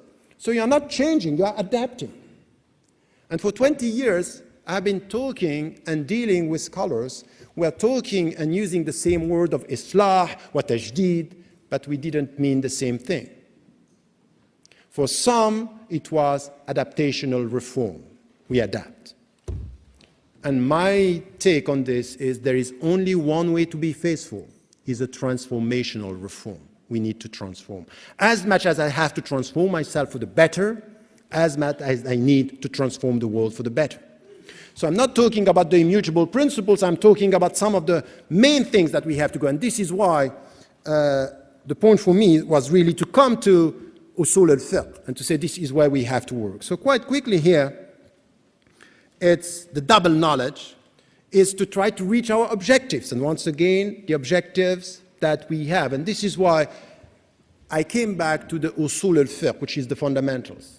And in the book, Radical Reform, in the first part, I'm just coming to the tradition, this vast tradition, all the schools that were dealing with usul al-fiqh, from al-Juwayni to al-Ghazali, and then to al-Shatibi, 14th century, and the first one, 11th century. During these 4 centuries, they were trying to work on a framework. And what they were saying is, implicitly, they are always referring to the surrounding society in the schools that we had, usul al-fiqh from al-Shafi'i before, from the inductive process that we had in the Hanafi schools of law. And then you have Madrasat al-Maqasid, thinking about the objectives. And when you think about this, what they are trying to do is to think about what are the objectives that we want to reach. And having this in mind, they came with the 6 principles that are known. In fact, there are 5, and Qarafi added another one, which is al-'ird, which is dignity, but you have, protection of the deen, which is religion, and your aql, intellect, and nas, the progeny, it's al-amwal, your goods, and also the intellect. So those are 5, and then out of this, some added others. So this is a long tradition, it's not new. But my position on this is to say the fundamental here, they were dealing with the scriptural sources and implicitly saying that we need to deal with the context. And the people who were the most effective are in fact coming from the Maliki school of law. So the one that Sheikh Hamza was studying. And it's quite important. Why? Because from the very beginning they had something which was al-masalih al-mursala, that there are some issues on which Allah remained silent, and that the people have to deal with them and to come with an understanding with the challenges and coming with understanding and trying to find their way. So they were dealing with the context which was implicitly everywhere. So from this situation, the fiqh, to the usul al-fiqh, questioning the objective al-maqasid and trying to come with a better understanding. Saying what, in fact? That today what we have is the authority of the scholars of the text coming and telling us about ethics and applied ethics. And they're trying to catch up with contemporary sciences and knowledge. But by doing this, the only answers that we have are adaptation to the state of affairs. And even the alternative are within the system. Let me give you an example. Many scholars and many were very happy in this crisis, the economic crisis, were saying, look, what we have now is we have an alternative Islamic model in economy, which is called Islamic economy or Islamic finance. And if we look at what is done in Islamic finance now, it's what I'm always saying, it's a window in the whole system with what is called, Sharia compliant, system within. And if you look at it, many economists are saying it's not going to solve our problems. It's just a window within the whole global system. But think about it. What is happening today is that we are not coming with ethics and vision for the future to challenge the economic order with a new vision. We are just adapting within the system a window, and by adapting, in fact, if you think about it, you confirm the whole system. It's just to making a window of halal in an ocean of haram. And this is something which is this what we have to do? This is the only way to be faithful? Some Muslims are saying, yes, but we are protecting ourselves. That's fine, but to protect as a step is good. To protect as an end is wrong. We're not going to change. We're not creative in economy if we don't come with other views. So this is where we need something which is scholars of the text and scholars of the context in the environment to come together and to think about an applied ethics. So some of the scholars are telling me we are doing this. The problem is that in our councils of Islamic scholars, very often they're asking reports and papers coming from specialists in economy, specialists in medicine. The only field within which something very deep is done now is in medicine. In medicine, it's the highest level. When you have medical doctors sitting with scholars in Muslim majority countries and they are coming in very, very efficient fatwa and legal opinions in very specific and up-to-date issues. They are very doing well. But in many other fields, there is a disconnect. They are not working together. It's just, we are the ulama and you are the specialist, al-khubara. And that there is a level here, which is we think about the text and you come with these sciences. It's as if these sciences are secondary sciences. And I think that this is wrong. It was never like this from the very beginning, that we need an applied ethics, and to get this applied ethics, we need to have together the two knowledges, the knowledges of the text and the knowledges of the environment, of the context, in order not only to adapt, but to have a vision for the future, to transform and not only to reform under the pressure sometimes of the dominant culture. So this is something which is the methodology which is to be questioned. And this is what I call shifting the center of gravity of authority in Islam. And the religious and the legal authority is that we need now people in many fields that they are knowledgeable about. Because the scholars, they know that they don't know about medicine. Because it's about death and life. So they are asking the medical doctors, give us the knowledge that we need to be able to come with a fatwa. For example, in the brain death, they need the scholars and the medical doctors to come at that level. But in many issues, when it comes to society, when it comes to the relationship between power, it's as if we know all about it. So we are under the pressure. That's wrong. Human sciences, we need scholars coming from that field. In economy, we need that. In anything which has to do with arts and creativity. It's not just, entertainment. Arts today is something which is deep, and it has to do also all the media, for example. It's a science. You need to deal with psychology, so you are not only coming with, we have something which is protecting ourselves with some rules that is halal and that is haram. So are we going to contribute or not in these fields? So this is where I think that we need to have what I call the radical reform, from the methodology to coming to some of these principles and objectives. I think that today the 6 objectives, that we had are not enough. Ibn Taymiyyah was the first one to come to add, we need a spiritual dimension, so there are objectives that are spiritual. So he was critical on something which was not only the objectives for the society, but the objectives for yourself. And then we also need objectives when it comes to our societies as communities. We need to add objectives and principles to what was done by scholars in the Middle Ages. What they did was fine, but we need to add this. Why? Because our sciences and the world today is more complex than this. We just come and say, you have to protect your religion, you have to protect your intellect. How come am I going to protect my intellect when so many powerful means can just change me and push me not to vote with my mind, but to vote with my emotions? We are dealing in a time of emotional politics. And then we have to come with something which is deep on that. So this is where I think that these are important discussions. So let me end by saying that this is what I was trying to do in the book. It's to come with a new framework of applied ethics and objectives for our time, not only in the West, but in Muslim majority countries, and to come to something which is calling the scholars not to be closer to the power and the governments, but closer to the people, and the people to be closer to the scholars, to have this ongoing dialogue where we are losing such, authorities within the community that are people that are knowledgeable, they know in their field. It's as if when it comes to Islam, they are childish. It's just they are coming to something, I don't know about Islam. Experts in their field, but not being able to say anything about, what could be my Islamic contribution or my contribution in the realm of the Islamic ethics. So I think it's this which is quite important here. And from this adaptation reform to transformation reform, and this shifting the center of gravity of authority in Islam, and by pushing the people, how can we do this? Is really by pushing this council that we have with scholars that are coming from different fields together, and to be able to think together about some of the issues of our time.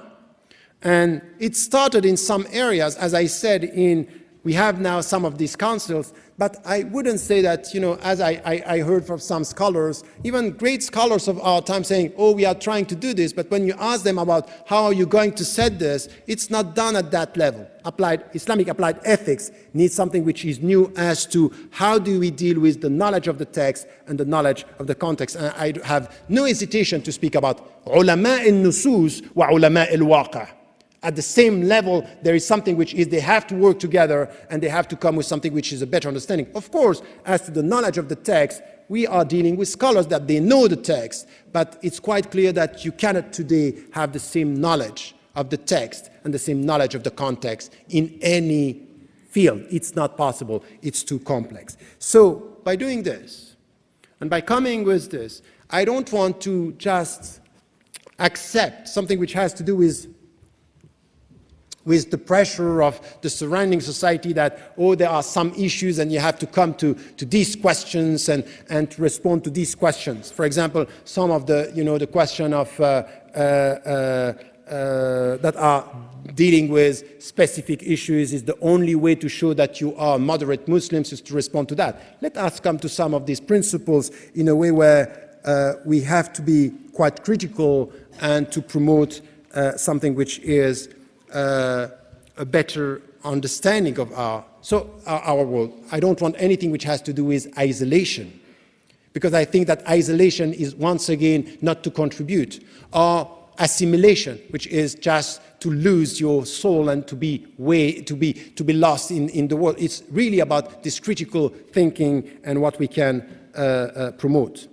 So this is where I would like the Muslims of today, in Muslim majority countries as well as here, and this is why also I'm saying that the Western Muslims have a great deal of responsibility in the whole process, because we have access to education. It's possible for us to be critical and to come with also deeper understanding, and to be also in a dialogue with Muslim scholars and people in Muslim majority countries.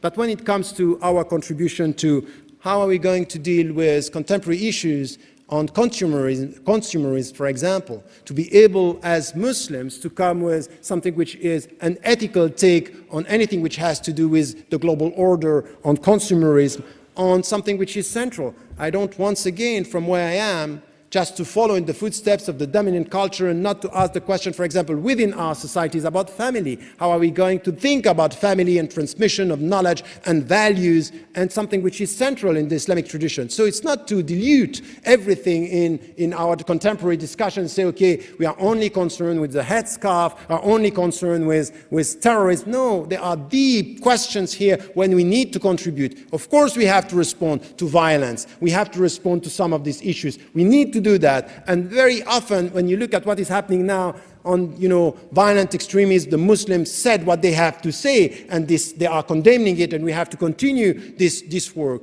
But once again, it's not only to be on the defensive by just following on what is asked. Okay, we need to speak about this, we speak about violence, we speak about the headscarf, we speak about homosexuality. We have deeper concerns. This is where we are contributing to the world. This is where we are also asking ourselves, in our societies today, we speak about democracy, that's fine, but what about these populists? What about these media that are pushing the people to follow, emotional politics and to follow things that are very dangerous?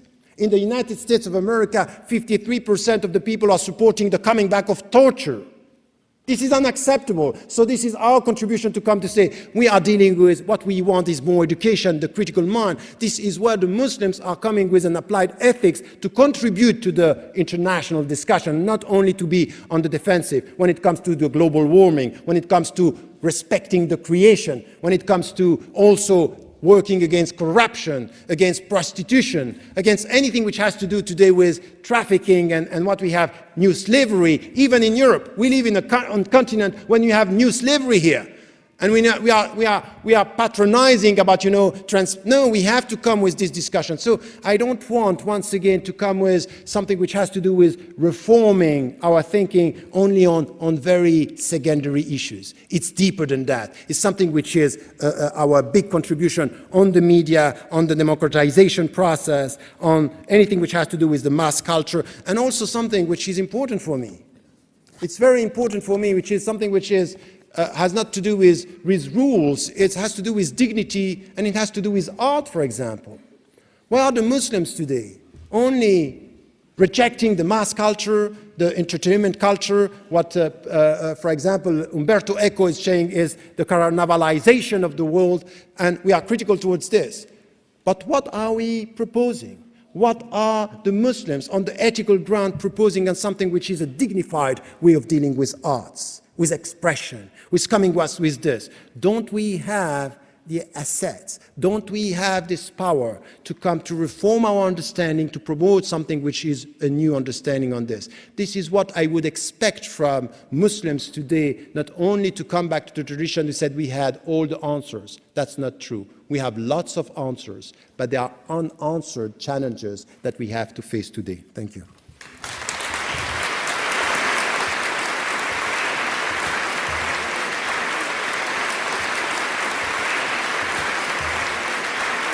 So we're going to launch straight into the question and answer session. We're first going to take our questions from the floor. If you'd like to ask a question, please raise your hand, and one of the stewards will come to you with a microphone. So do we have any questions on the floor? Can we have the gentleman here, please? Hello, assalamu alaikum. Dr. Shihab Jamjoom from Saudi Arabia. These questions to Mr. Ramadan. Well, I like what you said, but we need plan. All what you said is very good, but what is the plan to do all this, to face the challenges and to teach the world all what you said about ethics and about, so we need a plan, just to not to talk more and more. So I hope that you have something to offer in the plan. Yes, I think that,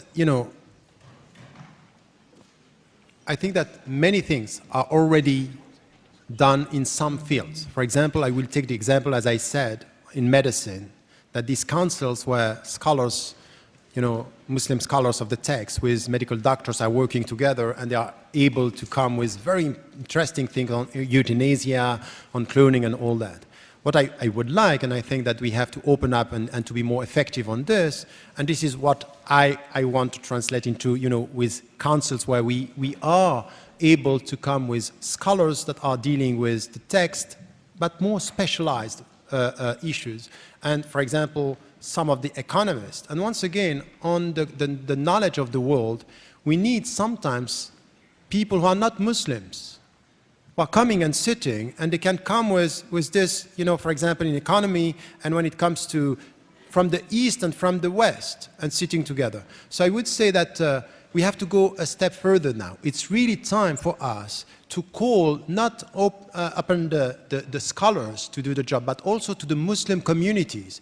Don't blame the authority when you are not playing the game. You are not accountable, and you don't understand in which way you have, because we have lots of people in many fields, for example, in education. That's very good to think about, Islamic schools, and okay, that's fine.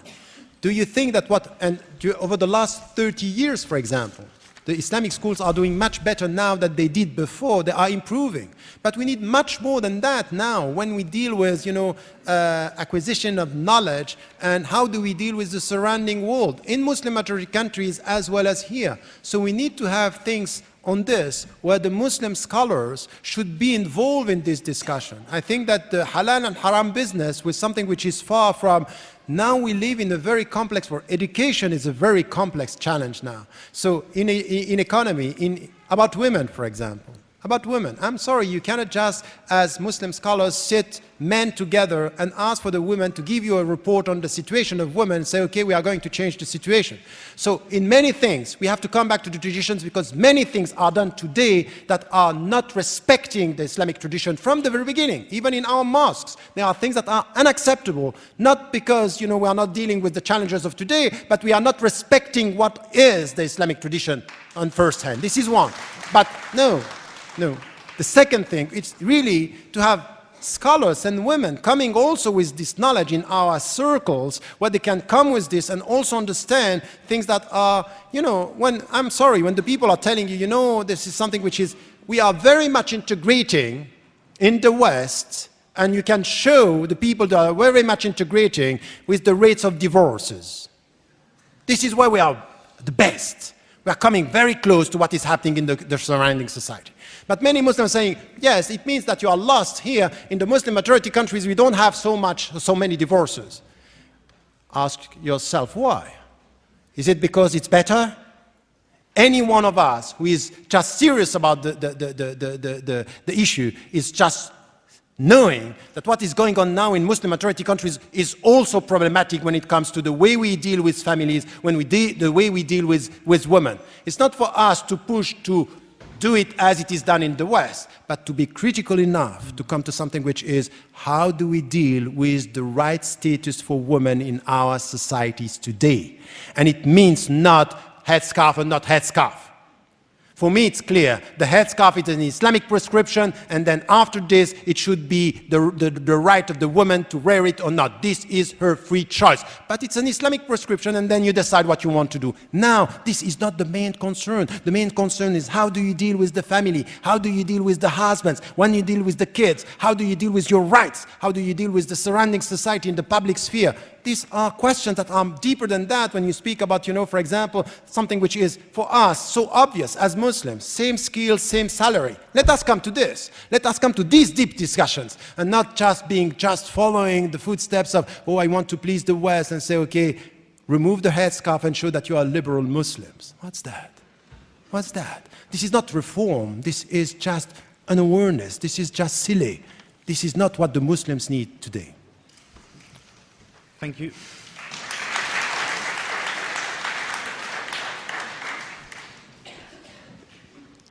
Assalamu alaikum. If I could ask the question to both of you, that would be really helpful. How do Muslims have a meaningful engagement with government as active citizens in this country? I know you both touched on it, but if you could elaborate, that would be great. Thank you very much. Could we start with Sheikh Hamza? Yeah, Bismillah. Well, I would say the first thing is the Muslim community has to understand citizenship and the whole concept.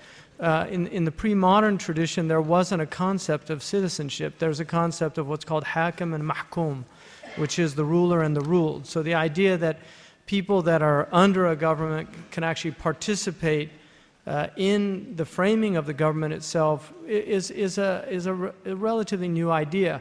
And Muslims in the West they're learning this. I mean, we now have, it's quite extraordinary that there's a minister who's from a Muslim family and some MPs that were elected in the recent elections that are from the Muslim community. So it's happening in the United Kingdom. But I would argue that the concept of muwatana, which is citizenship, the idea that we are not a minority community in the ideal state of Western understanding of citizenry, that we are actually fully enfranchised citizens and have all the rights and responsibilities that go with that citizenship. That has to be inculcated into our youth and into our communities.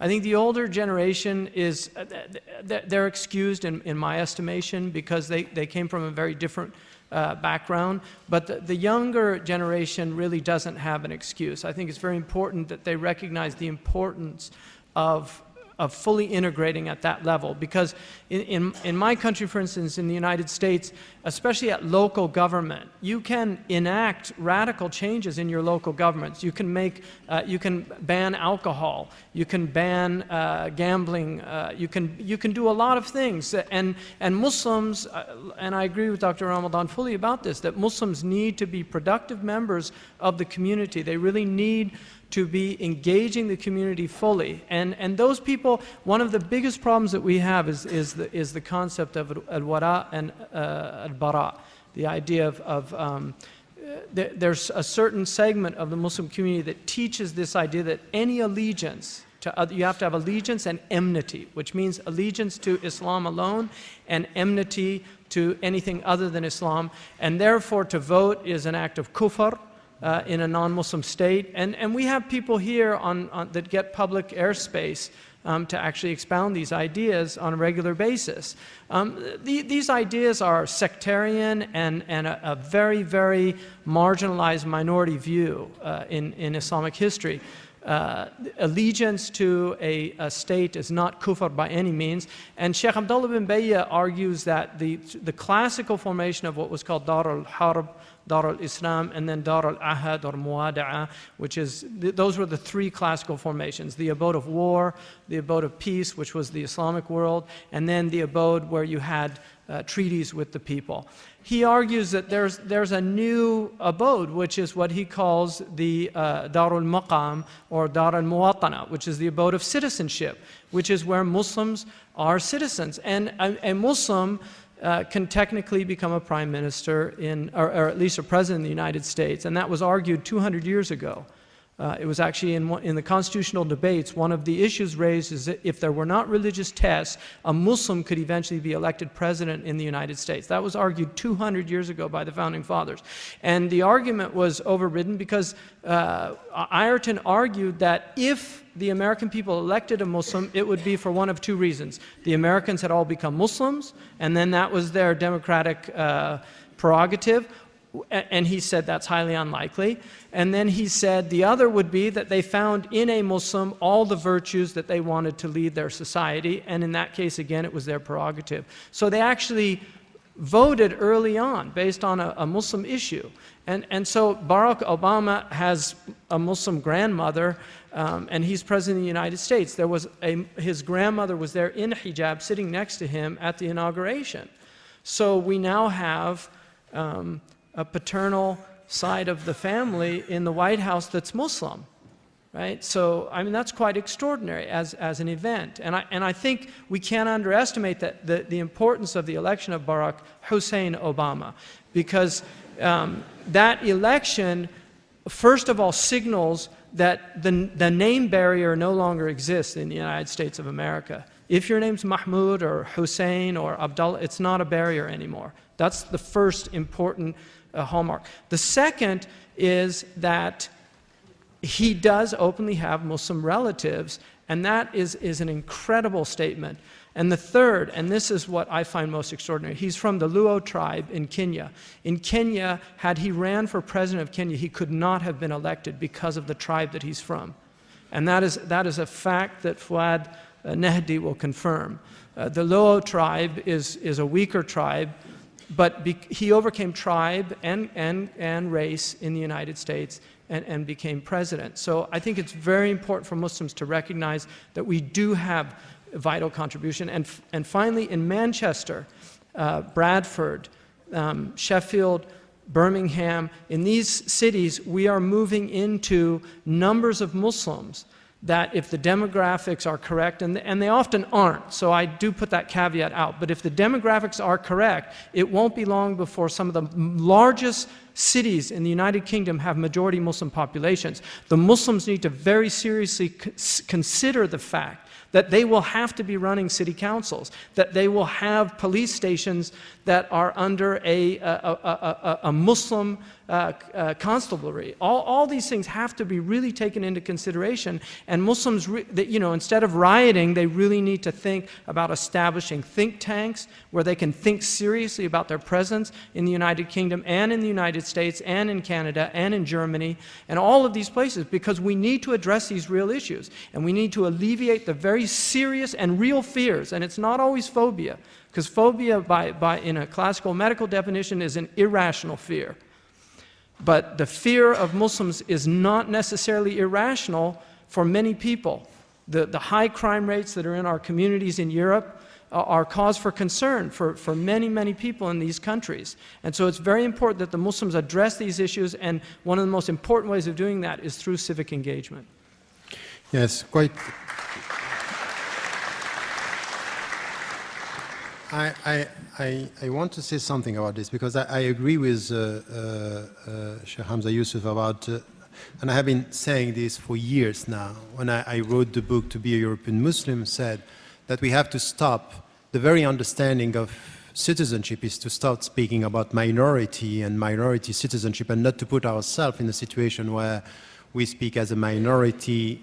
When it comes to citizenship, of course, the religious minority, it's there, but when we speak about citizenship, we have to be involved. Now, the point is that I'm not myself against anything which has to do with governments. I have been sitting in many, councils and committees with governments and talking and listening and sharing views. But once again, as I said, is really to ask yourselves, what is the intention? What do we want to achieve?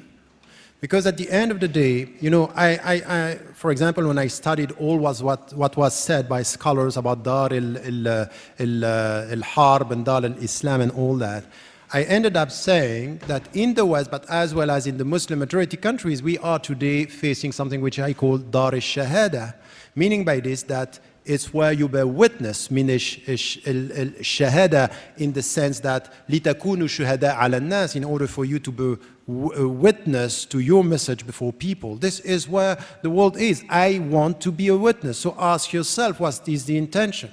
So there is something which is very problematic, is that some of the Muslims that are dealing with governments, they are acting as if they are representing the Muslims, and you are not. So first is just to say, I'm not representing all the Muslims. Second is to ask yourself, what is your role? And this is where I'm at exactly the point for me. It's a contribution. It's an ethical contribution. It's to help the politicians and to help the governments to come back to politics, and not emotional politics. It's not racism. It's not discrimination. It's just to be there for all the citizens.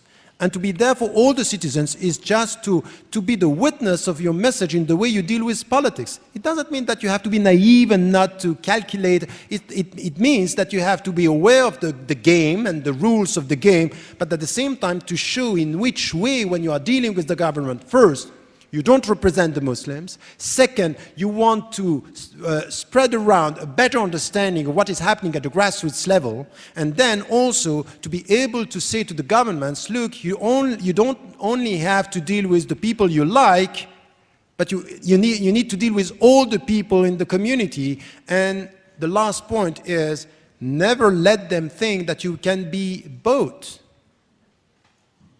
Which I'm sorry, there are people that are working for the governments, getting money from the governments, and the only thing that they are doing is exactly just following the agenda of the governments. And I think that these people are dangerous.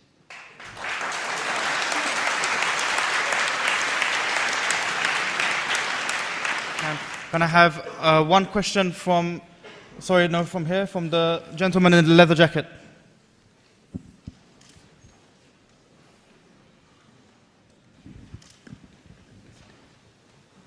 Assalamu alaikum, Sheikh Hamza and Professor Ramadan. My question is addressed to both of you. You've both spoken of this notion in Islam of a thawabit, of constants or immutables within the Islamic tradition. How do both of you respond to those within the tradition and without the tradition who flag these thawabit up, some of these immutables, as concepts, as parts of the tradition which are incompatible with Western liberal democracies? And how, therefore, do you see a way forward? You know, because ultimately, I mean, oftentimes Islamic reform is seen as a means to further integration, okay, and these are often flagged up, but from both sides of the divide, as impediments to achieving this goal. Well, I mean, I would say that, first of all, the area that's problematic is what's known as ahkam al-sultaniya, which are the governmental categories and penal code. And that's where the real problem lies. There are issues about, I think, sexual morality, homosexuality, and also women's rights that are seen as problematic. The inheritance laws in the Quran are one of the few times when the Quran is very explicit about who gets what. And that's difficult, although there are some arguments even in juristic preference that some of the usuli scholars have made of late, arguing, you know, other types of distribution, you know, that is not incongruous with what the Quran says. But I would say that, you know, the Prophet ﷺ stated very clearly that the tradition, the political tradition of his faith would dissipate very rapidly after 30 years. And I think Muslims tend to forget that this so-called Islamic State has not existed in the history of Islam. And I think that it's a political fantasy that a lot of Muslims hold. And so I think a lot of those areas are not dissimilar to the Jewish Orthodox community and other religious communities that have pre-modern aspects of their tradition that are not compatible with Western liberal democracy. And I think it's important that Muslims don't waffle on those issues. I think that they should state them as they are. And simply, we believe this is a revelation, and there are certain things that are prohibited. In the Quran, homosexuality, acting on homosexuality is prohibited in the Quran. The impulses that people have, a homosexual, that was addressed in our books centuries ago. The prayer of a person who's known as ma'boon, who has that condition of being attracted to the same sex, is a valid prayer, even if they lead the prayer. That's mentioned in Maliki texts. But the idea of acting on it, and also just purely rectal intercourse for male and female, is also prohibited. It's simply seen as something that harms people, so that physical act is prohibited.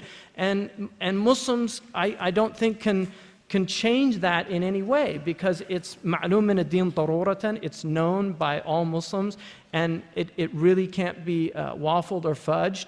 On the other hand, I think it's important to humanize people and not to dehumanize people, and I think that the types of attitudes that a lot of Muslims have are incompatible with the spirit of mercy and of rahmah. And the other thing which is important is that people outside of the faith of Islam, according to the opinion that I was taught and that I hold, are not in any way obliged to follow the details of the Islamic law. So what is prohibited for us is not necessarily prohibited for them if they don't accept Islam as a tradition. Yes, there are many things here. I think that I agree on almost all what was said. Yes, I agree with all what was said, but I want to be more focused on one of the points that you are making. Very often, as Muslims, because we are under pressure, you know, there is in many countries today in the West some, you know, a list of questions, and you have to respond to these questions, and you are going to be a good and a bad Muslim, depending on your answer. So there is a list of questions. And the point is that even with some of our texts, when we come to something which is not dealing with the text, but an intrinsic discussion from within, that we have to consider, you know, some of the texts that are قطع الثبوت وقطع الدلالة, meaning that there is no discussion about the authenticity and no discussion about the substance and the meaning. It's that Muslims are, if we are not, sharp and coming with something which is a definitive response to this, it's as if we are less Muslims. So let me give you two examples. There is one thing which is quite important, is that we have clear-cut texts and they have to be implemented, but sometimes the context within which you live needs to be taken into account to know what you are going to do with this. When, for example, with Muslims, you should know this. Half of the Muslim organizations in this country stopped to invite me when I was calling for a moratorium on the hudud. Because some were saying, oh, you are questioning the very essence of the text. You are questioning the text themselves. I never did that. I never did that. You will never find in anything that I wrote something which is saying it's not in the Quran, it's not in the prophetic tradition. The death penalty is in the Quran, the corporal punishments are in the Quran, and the stoning is in the prophetic tradition. I never said that it's not text. What I am saying is that the conditions to implement these texts are not there, so it's impossible to implement. So the best way is not to pretend in some, petromonarchies that we are fulfilling or being faithful to Islam, because the first intentions is faithfulness, I think, is just unjust. What we are doing in the name of Islam. So it's not because it's the liberal democracy that someone said, oh, it's a European, it's a Swiss citizen teaching us Islam. I responded to this, no, it's a Muslim asking you as a Muslim, is it Islamic what we are doing?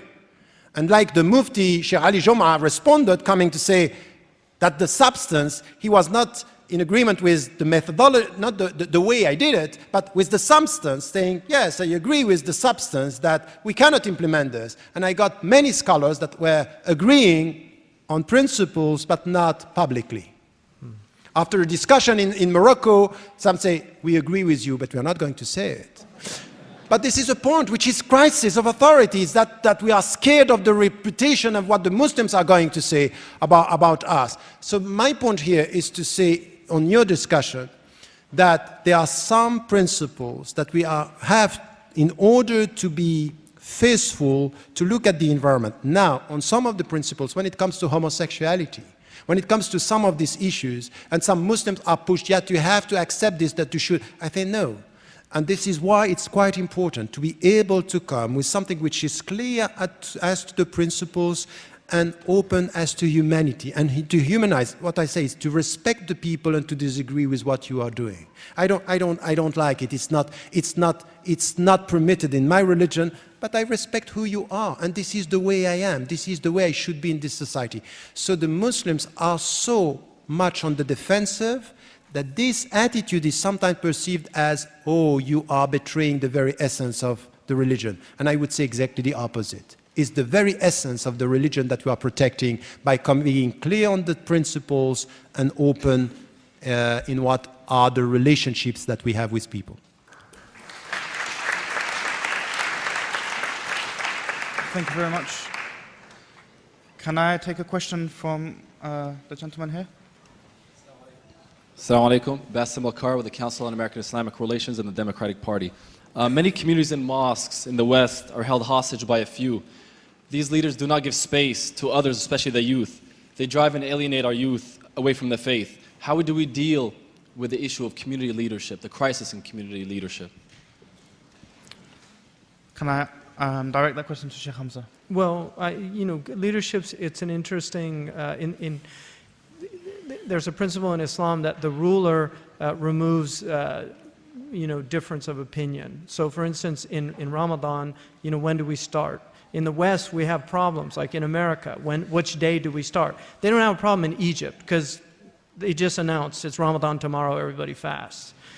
So because leadership is a fluid thing, and leadership is about authority, and peoples have different levels of authority. Dr. Ramadan yields a certain amount of authority. I yield a certain amount of authority, but we don't have the type of authority that Hosni Mubarak has in Egypt. And so it becomes, you can't just dictate to people what to do. You can try to convince them with arguments. And that's really what I believe Islam is about. The Quran is about convincing people with arguments and dialectic. And also, it's a give and take process. So I think it's important that, especially the youth leaders, they have their authority. They begin to emerge. People like Rami Nashashibi is a good example in the United States, Intisar Rab. I mean, there are many examples. Cream tends to rise to the top. That leadership is something that often is organic, even in a political process, it's organic. And that doesn't, I mean, it can be spoiled cream as well, you know, so it doesn't necessarily mean it's always good leadership, but leaders tend to display certain qualities that people respond to, and I think it's more of an organic process than trying to superimpose on people some models. Yes, but very, very quickly, I would say something here, which is, I have a problem with these questions because it's very, we are facing these questions very often, and some young Muslims are saying, how can we get, a new leadership? At the end of the day, there are two things that are very important. Once again, I'm always coming back to this, which is the intention on what do you want to achieve. Is it a power struggle, or is it something which is our contribution? And how are we going to be more effective in the environment? And there's something else which is working, is that when you do the job, when the eldest are just seeing on the ground that you are doing the job, at the end of the day, stop being the victim. It's exactly the same with women. You want an emancipation process, you want to be free, you want to be autonomous, you want to do the work, do it. Just go for it. And I think that many, many experiences, not only here, I can tell you that even in Muslim majority countries, when I went to Indonesia, when I met these young people in Malaysia, when they were working in computering, they are doing the job. They go, they do it. Now, it doesn't mean that you have to go to be against the old leadership. It's just to be a complementary voice, but do the job. And then also, men, young people, this is the way this has to be done. And then your knowledge of your environment, your knowledge of the environment should be brought to the fore as something which is effective in the way. So respect, this is coming from the tradition, is something which is important, but critical thinking and creativity, we lack creativity in our methodologies. We lack creativity in the way we come with, to reform within Islam is sometimes the means that you are using to reach the people. So these are things that they are necessary, and I would say that our communities are too much passive. I need to bounce off that a little bit, because part of the problem is, Toynbee argues that the fundamental crisis in civilization is when challenges they confront challenges, they don't have creative responses, and he argues that creative responses are indeed what saves a civilization. And part of the problem is some of the best and brightest minds that we have no longer go into Islamic studies. They go into medicine. We have incredibly creative responses in medicine to the challenges of medicine. We have incredibly creative responses to engineering. I mean, they're always coming up with new ways to build higher buildings. My God, I was just in Dubai, and that thing, it's almost to Pleiades. But the problem is that when you direct so much of your intellectual energies into these other areas and fields of expertise, and you don't direct those energies into some of the most difficult questions that face us, which are philosophical, they are ethical. We need real ethicists. We need people that are trained in ethical philosophy, not just a kind of modern book on ethics. I mean, if you read classical ethical treatises, they are philosophical treatises that teach people how to reason ethically. Not simply having a hadith that tells you some ethical truism, but to reason ethically, because if we had people reasoning ethically, we would never have come up with fatwas that supported suicide bombing, ever.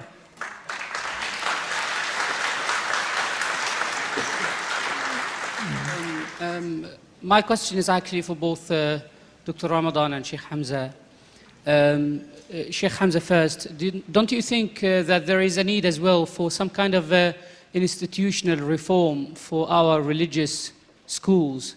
Like where I come from, for example, in Azhar, we had a very interesting experience towards the end of the 18th century in 1970, in 1997 or around that time when the French came to Egypt, one of the shuyukh, Shaykh al-Islam Hassan al-Attar, he actually realized out of all the shuyukh of Azhar that there is a need for him to explore the French, these invaders who actually came to the country, and try to teach them Arabic and get some engineering knowledge and stuff like that. And that has actually paved the road for people like Rifa' al-Tahtawi to come to Paris and other shuyukh to come to Europe and explore. So don't you think that there is a need actually to reform our institutions of Islamic learning within the Muslim world as well? And as our Sheikh Ali Jum'ah speaks about the importance of regenerating sciences, as our predecessors have done that. I just wanted to ask a question on behalf of all the government officials here, and I should point out at this stage, I'm from The Guardian, but is it a given that reform or renovation, whatever terms you want to use, that it will make it less likely that Muslims will be involved in violence against the interests of the West or what the West perceives to be an interest? Is it a guaranteed, or is there, based my questions about unintended consequences? Okay, and we had one pre-submitted question from Imam Sarwar of Iqra TV. Some Muslims would hold that Islam can sit perfectly comfortably with us within a secular society, and the religion does not oblige us to work to change the political status quo. In this light, can it be argued that a Muslim can be a neoconservative and a good Muslim at the same time?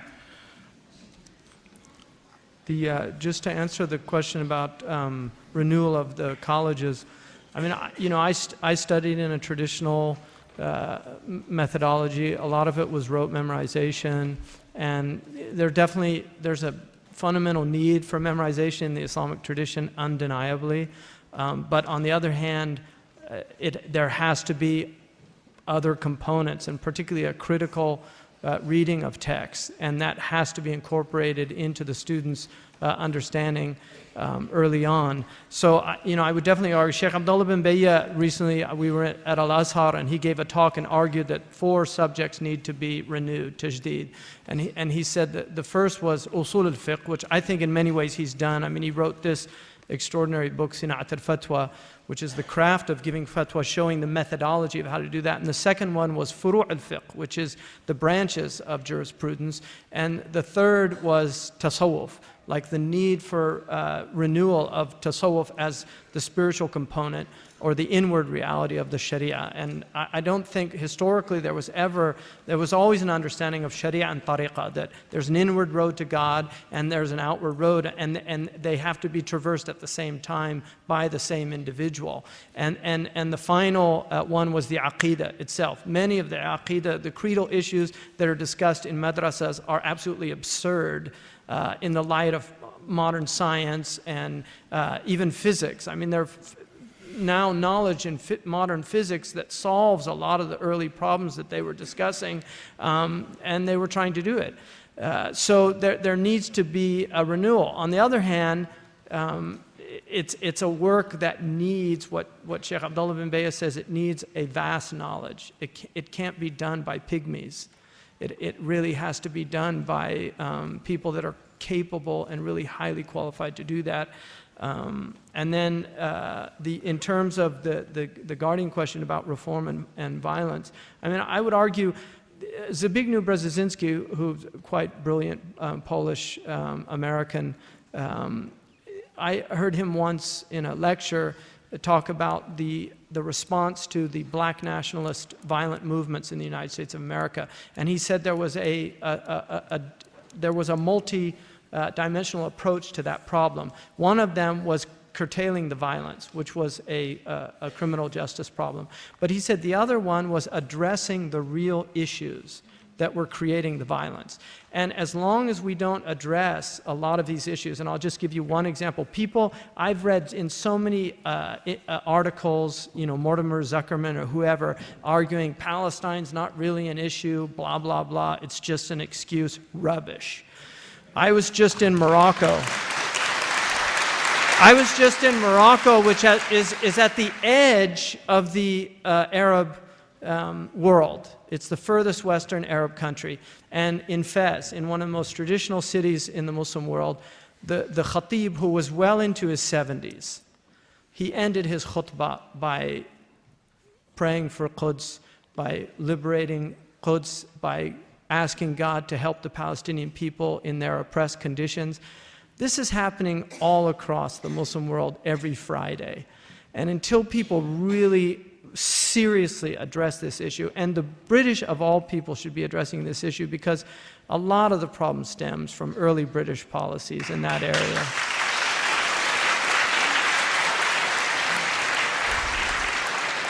My country inherited the problems. Yeah. And thirdly, to Sheikh Hamza, can a Muslim be a neoconservative and a good Muslim at the same time? A neocon, I like con is where we end it in America, so, and then you could say, por qué neo, why neo-fascism? Why not just call a spade a spade? So I think it's impossible for somebody to be true to any real humanity in their hearts, to follow a completely, patently disingenuous political discourse. Really disingenuous. They can still be a Muslim, though. I don't excommunicate. Yeah. Yes, just to go I think that, once again, I think it's a serious discussion about Al-Azhar and what you said. Because I think that, when I went there, and I had the choice to go to Al-Azhar and to follow the traditional, and to go with, one-to-one courses, Sheikh Ali Goma and others who were teachers and professors there, and ulama min Al-Azhar. And I decided to go for this on a one-to-one courses with all the scholars. Because I think that there is something that should be kept, which is still the tradition and the pillars. These are very important. Now, once again, the methodology, when it comes to the way we are teaching by heart, and when you repeat, I was with, in Usul al-Fiqh, for example, and we have to repeat all this qawaid, and you get the knowledge when you know them by heart. You are not sure to understand the substance, and the critical discussion on this. I think that there is a problem of methodology, there is a problem of substance, there is a problem of what was said, the critical mind, which is to learn to ask questions, which is the very tradition of Islam, to ask questions, to question the scholars. I agree that we have a problem of authority, but the problem that we have also now with authority is just this blind authority. When we have a sheikh, is that don't ask the question, just follow. I'm sorry, this is not. And this is why when this one-to-one course that I had, every morning with Sheikh Ali Juma, it was a discussion, it was taking and giving, and I think that this is what we need to come. And once again, what Muhammad Abdu said when he was coming back to Al-Azhar was something of this kind. He said, we need other disciplines, but he was also talking about the way things are taught. And I think that this is what we need. Now, in the West, in Muslim-majority countries, we need to do this in Muslim-majority countries, but we need now to institutionalize our presence with institutions in the West doing the job. So to have this credential now, by having scholars coming from there and working here, because in our environment we need this. It's impossible to be a scholar, a Muslim scholar, knowing the state of affairs in our countries in the West, if we don't get this critical thinking, understanding, and it's vast, and this is why it's not one who can do that. It's not two. It's something which has to be a collective. We need to make it clear for the Muslim community, don't only put money in mosques, but put money in institutions and put money in things that are how we're going to teach. This is something which is essential. Now, the second thing which is important, let me tell you something here, which is, you spoke about Palestine. I was in the task force in this country, and I was also, for example, I was banned from the United States of America. 80% of the questions that I got at the American embassy in Switzerland were about my position on Iraq and my position on the unilateral support of the United States towards Israel. It has nothing to do with the money I gave. It has to do really with political position.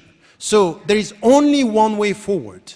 if we accept critical discussion in politics, being able to say there is a lack of consistency in the West with our values, this is the only way for us to be heard by Muslims when we say you can't kill innocent people. This is not Islamic. What I said straight after July the 7th is anti-Islamic. When I was in the States, in New York, just after what happened on September the 11th, it's not only non-Islamic, it's anti-Islamic. We cannot support this. We cannot, no, please. But the point is, the point is for us, is really to know where we are, with whom we are talking. So when now we have some Muslims being able to work with the governments and supporting the inconsistency of the governments when they are saying condemn violence and don't speak about other things. No, I'm sorry. There is not going to work. It's not going to work. There is no way for us to go towards peace if we are not serious about consistency in politics, meaning the blood of an Iraqi man is the same as the blood of an American man. If this is not the... No. This is the starting point of our discussion. It's the starting point of our discussion. I'm sorry to say that some in our governments, just I'm finishing on this, on 2 points, but this point, really, I think that this is very serious. It's very serious because we are not going to solve the problem if every time we come with this discourse, our loyalty to our country is challenged and questioned. It's questioned. It's that, oh, you are not a real British, you are not a real American. I think it's wrong. This is where we are, the dignity of Britain, the dignity of the United States of America, when we are able to say this as Muslims. So this is our contribution. I would say that if you deal with governments, if you deal with, the Labour Party in this country, is just to say, I'm sorry, what you are doing is wrong. So you had the Prime Minister in this country saying there is no connection between what happened in the streets of London and what we are doing in Iraq. So how can you start a discussion when there is such a state of denial that it's wrong what was done in the streets of London, but please say that's wrong what you are doing in Iraq and what you are forgetting in Palestine. But not only, by the way, I'm of this opinion. I really want us as citizens not only to speak about Palestine, not only to speak about Iraq and Afghanistan, but also to speak about Africa, but also to speak about the fact that people are being killed and for example, even in what happened in Haiti, for example, it's just before the natural catastrophe, the way we are dealing with these governments and these corrupt people there. I think that this is where we have to be involved. And this is, for me, a shift in our understanding. But I want our fellow citizens and the governments to understand what we are talking about when we are talking about this. And then one thing which is important, I completely agree, a neocon and being a Muslim is problematic in my mind, I don't get it. But there is something which is going to be very difficult for all of us. In our involvement in the West, and this happened in Muslim majority countries in a way which was problematic because when you were following Islamic trends, this is where you were a good Muslim and it's as if all the others were bad Muslims. We have to be very cautious here in this political discussion because today we have Muslims that are not going as extreme as neocon or far-right party and populist, but we will have people in the Labour parties, that we will have people in the Lib Dem and in the Conservative. We have Muslims as citizens now, they are everywhere. And we need to be able now to get to that level of political understanding as citizens that we may have the same faith, we don't share the same opinions. So there is something here which is very important in our way of dealing. We have to deal with this political diversity as something which is a potential richness and not a liability undermining our community of faith. It's not easy. It's really not easy because this judgmental attitude that we can have on the name of our religion because we come from something which is a very specific understanding of Islam could be problematic in the political field. In our life in the West, this is the challenge also of diversity that we have to deal with. Thank you. Thank you.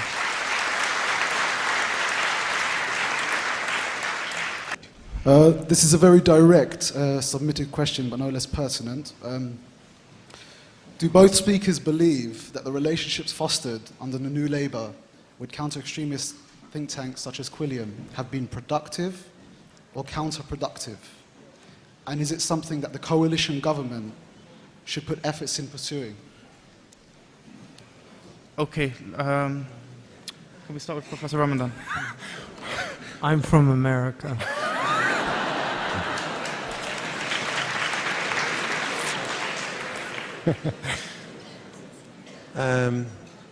Look, my position on this, it's not a black and white.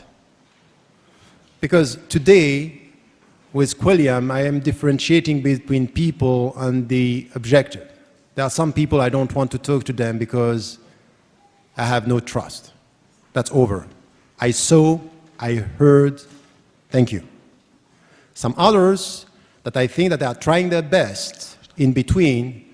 So I would say I'm not against the fact that we are in touch with the government. It depends on your intention and what you are producing and delivering on the ground. Today, for me, some of the things that are done, but for example, the Quilliam Foundation are completely counterproductive. Completely counterproductive. And some other things, no.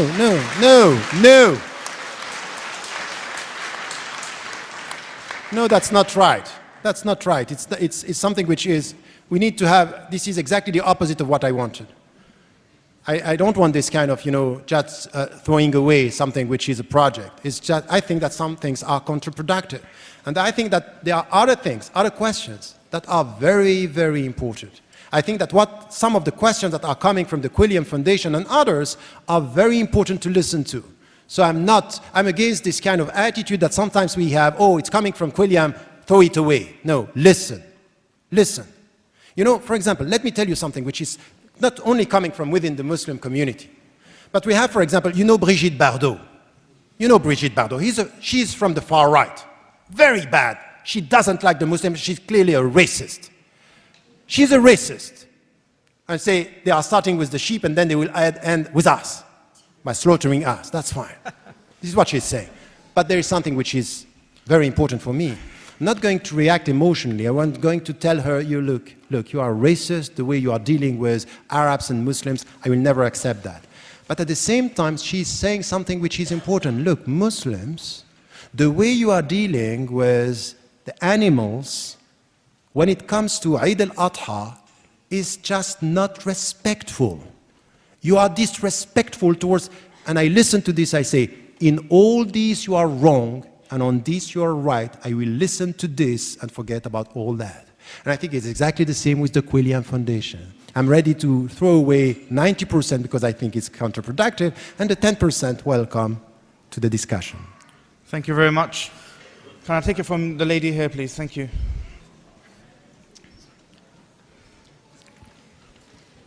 Assalamu alaikum. It's probably not a very sophisticated question. It's more of a practical, real question. I've been just listening, trying to take everything in that you've been saying, but at the same time, as somebody who is very active and has been very active in both Ireland and here, at grassroots level, working with women's groups, Muslim women's groups and non-Muslim, and the youth. My own experience, if that's anything to go by, of activism has left me quite soured and disappointed, actually. And how do you reconcile I suppose that's the question, how do you reconcile the prophetic injunction to plant saplings in the middle of the hour with the reality that actually for a lot of Muslims it's very hard. The reality of raising children here is very hard. Some people can tell us, go back to your own countries. Well, I don't belong anywhere, or I belong as much here as I belong anywhere. And I find it hard. I find the engagement genuinely hard.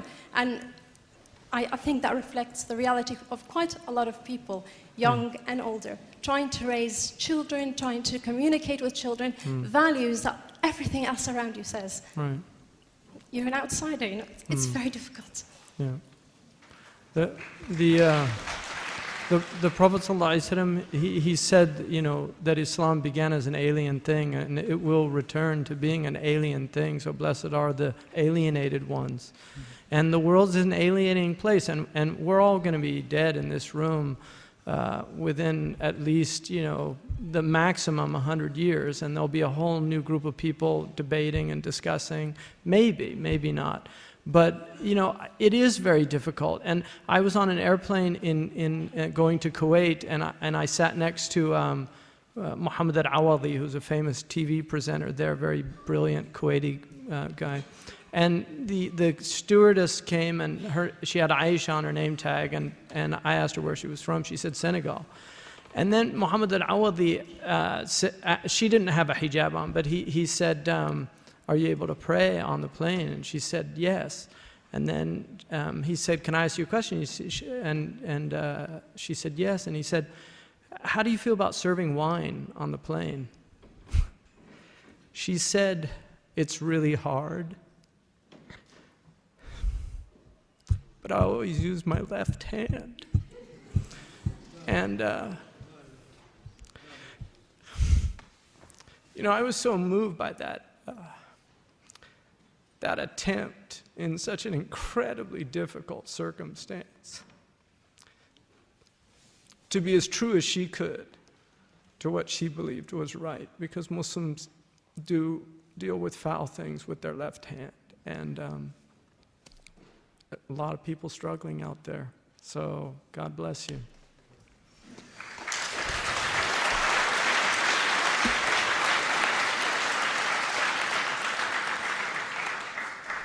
If, you know, there is no way to deny the fact that educating our kids and you know, today, to be a couple is a jihad. To be a father and to be a mother is a jihad. And to be a kid, to be a boy or a girl is in itself a jihad. The starting point is exactly this one, is just to acknowledge the fact that it's very difficult. But now there are also conditions. And I would say that in the West, it's very difficult today to be a father and a mother, but there are conditions, and we have to come back to this. When I wrote the book on the Prophet, peace be upon him, the point for me was really to look at the way he was and to extract from his behavior principles. There is something which is very problematic. When you are scared from the environment, you know, when you are full of confidence, it's different than when you are scared. When you are scared from the environment, you come with rules because you think that rules are protecting you. But when you come with a state of, you know, confidence, you know that it's going to be difficult, but you say, نَتَوَكَّلُ عَلَى اللَّهِ, we rely on God and we go for it. There is something which is conditions. And the first one is, look at the way the Prophet, peace be upon him, was with his wife and with his kids. The first thing which is important is communication. And there is no way today in our schools or supplementary schools or sometimes Islamic schools, we come with the rules and we forget the fact that we need communication. We need to let the people express. So I would say that in our family, there is something which is quite important, is communicating, is to listen, is to be able to look and to have this, you know, the signs that are coming from. And I think that this is missing today, lack of communication. The second thing which is important in the way we deal with our kids here, it's critical thinking, is also to let them, you know, asking questions and sometimes make mistakes and try to deal with the environment. And the third thing which is for me important is not to cut them from the surrounding society, is to equip them with critical thinking and being able to make some choice. It's not going to be easy. No one said that. But communicating, critical thinking, and then trust. Trust. You know, I always say something which is part of my personal experience. When my own father once, I asked him something, he gave it to me, he gave money to me and say, don't do something which is displeasing God. And he was sending me a message that I'm not even able myself to do with my own kids, which is trusting this, you know, relationship with, you know, your conscience. So I think that once again, we need to do this within our family. But we need institutions, we need, you know, places where we can talk about this. And sometimes there is nothing wrong with having people helping us, or mediators, or even psychologists sometimes when it comes to, we need this. And I would say that these Muslims that say, okay, the only answer is go to pray, that's fine, I know that I have to pray, but we are not solving the problem. So I would say that once again, it's a question of, it's difficult, but we have the responsibility to find the right means where we are to solve the challenges when we are. So living in the West, this is a community responsibility, is to try to find these ways. And sometimes you are dealing exactly with the same answers that I have, is that we are very far from understanding the problems and coming with the right answers. So I would say that yes, but once again, there is something which is today helping us. When you look at the last 30 years, the Muslims today are doing much better than before. So we have to carry on and to try to find the right institutions and the right way to deal with the young girls and the young women. And please, don't only come with halal and haram, don't do this, don't do that, while we still have to come with something which has to do with authority. And I would say something which is, you are a woman and you talk about this, and one of the most important problems that we have today in our families has nothing to do with women. It has to do with men. It has to do with fathers. No, I'm not saying this to please anyone. I'm just saying we are not serious about this challenge. We are not. There is something which is very deep here, which is the father, the role, and this relationship. And I would say that this is something that we all have to keep in mind. Thank you very much. We really have come to the end of our time today. Can I just ask our media representative, Miriam, to sum up? Wow, what an insightful journey we've been on tonight, alhamdulillah. We've laughed, we've cried, we've done perhaps a lot of the in-between. And I think that the breadth of emotions that we've possibly been through tonight is somewhat testimony to the vast array of issues that we're facing as Muslims.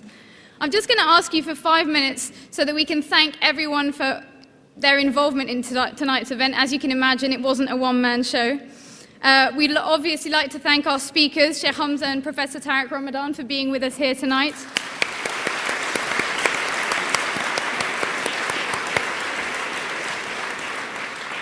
We'd like to thank you, the audience, because of course you're a major component of the show and you've made it what it is. The ISOC team, we'll get the applause at the end, please, inshallah. The ISOC team, in particular Imad, for heading up this gargantuan operation and taking it from a seed to the fantastic event we've had tonight, alhamdulillah. Reem, wherever she is, probably organizing, for being a management whiz and the queen of multitasking. Nawaz, Sazan, Kauthar, Imran, Arzu, Amir, and so many others for their delightful phone manner and powers of persuasion, not to mention tenacity and resistance to sleep deprivation. Salman and Rahul for being technological genii, all of our stewards here tonight, Sheikh Babikar for being an inspiration to us at all times, and everyone who made this evening possible. Can I thank you all? Thank you so much. Assalamu alaikum. Peace be upon you.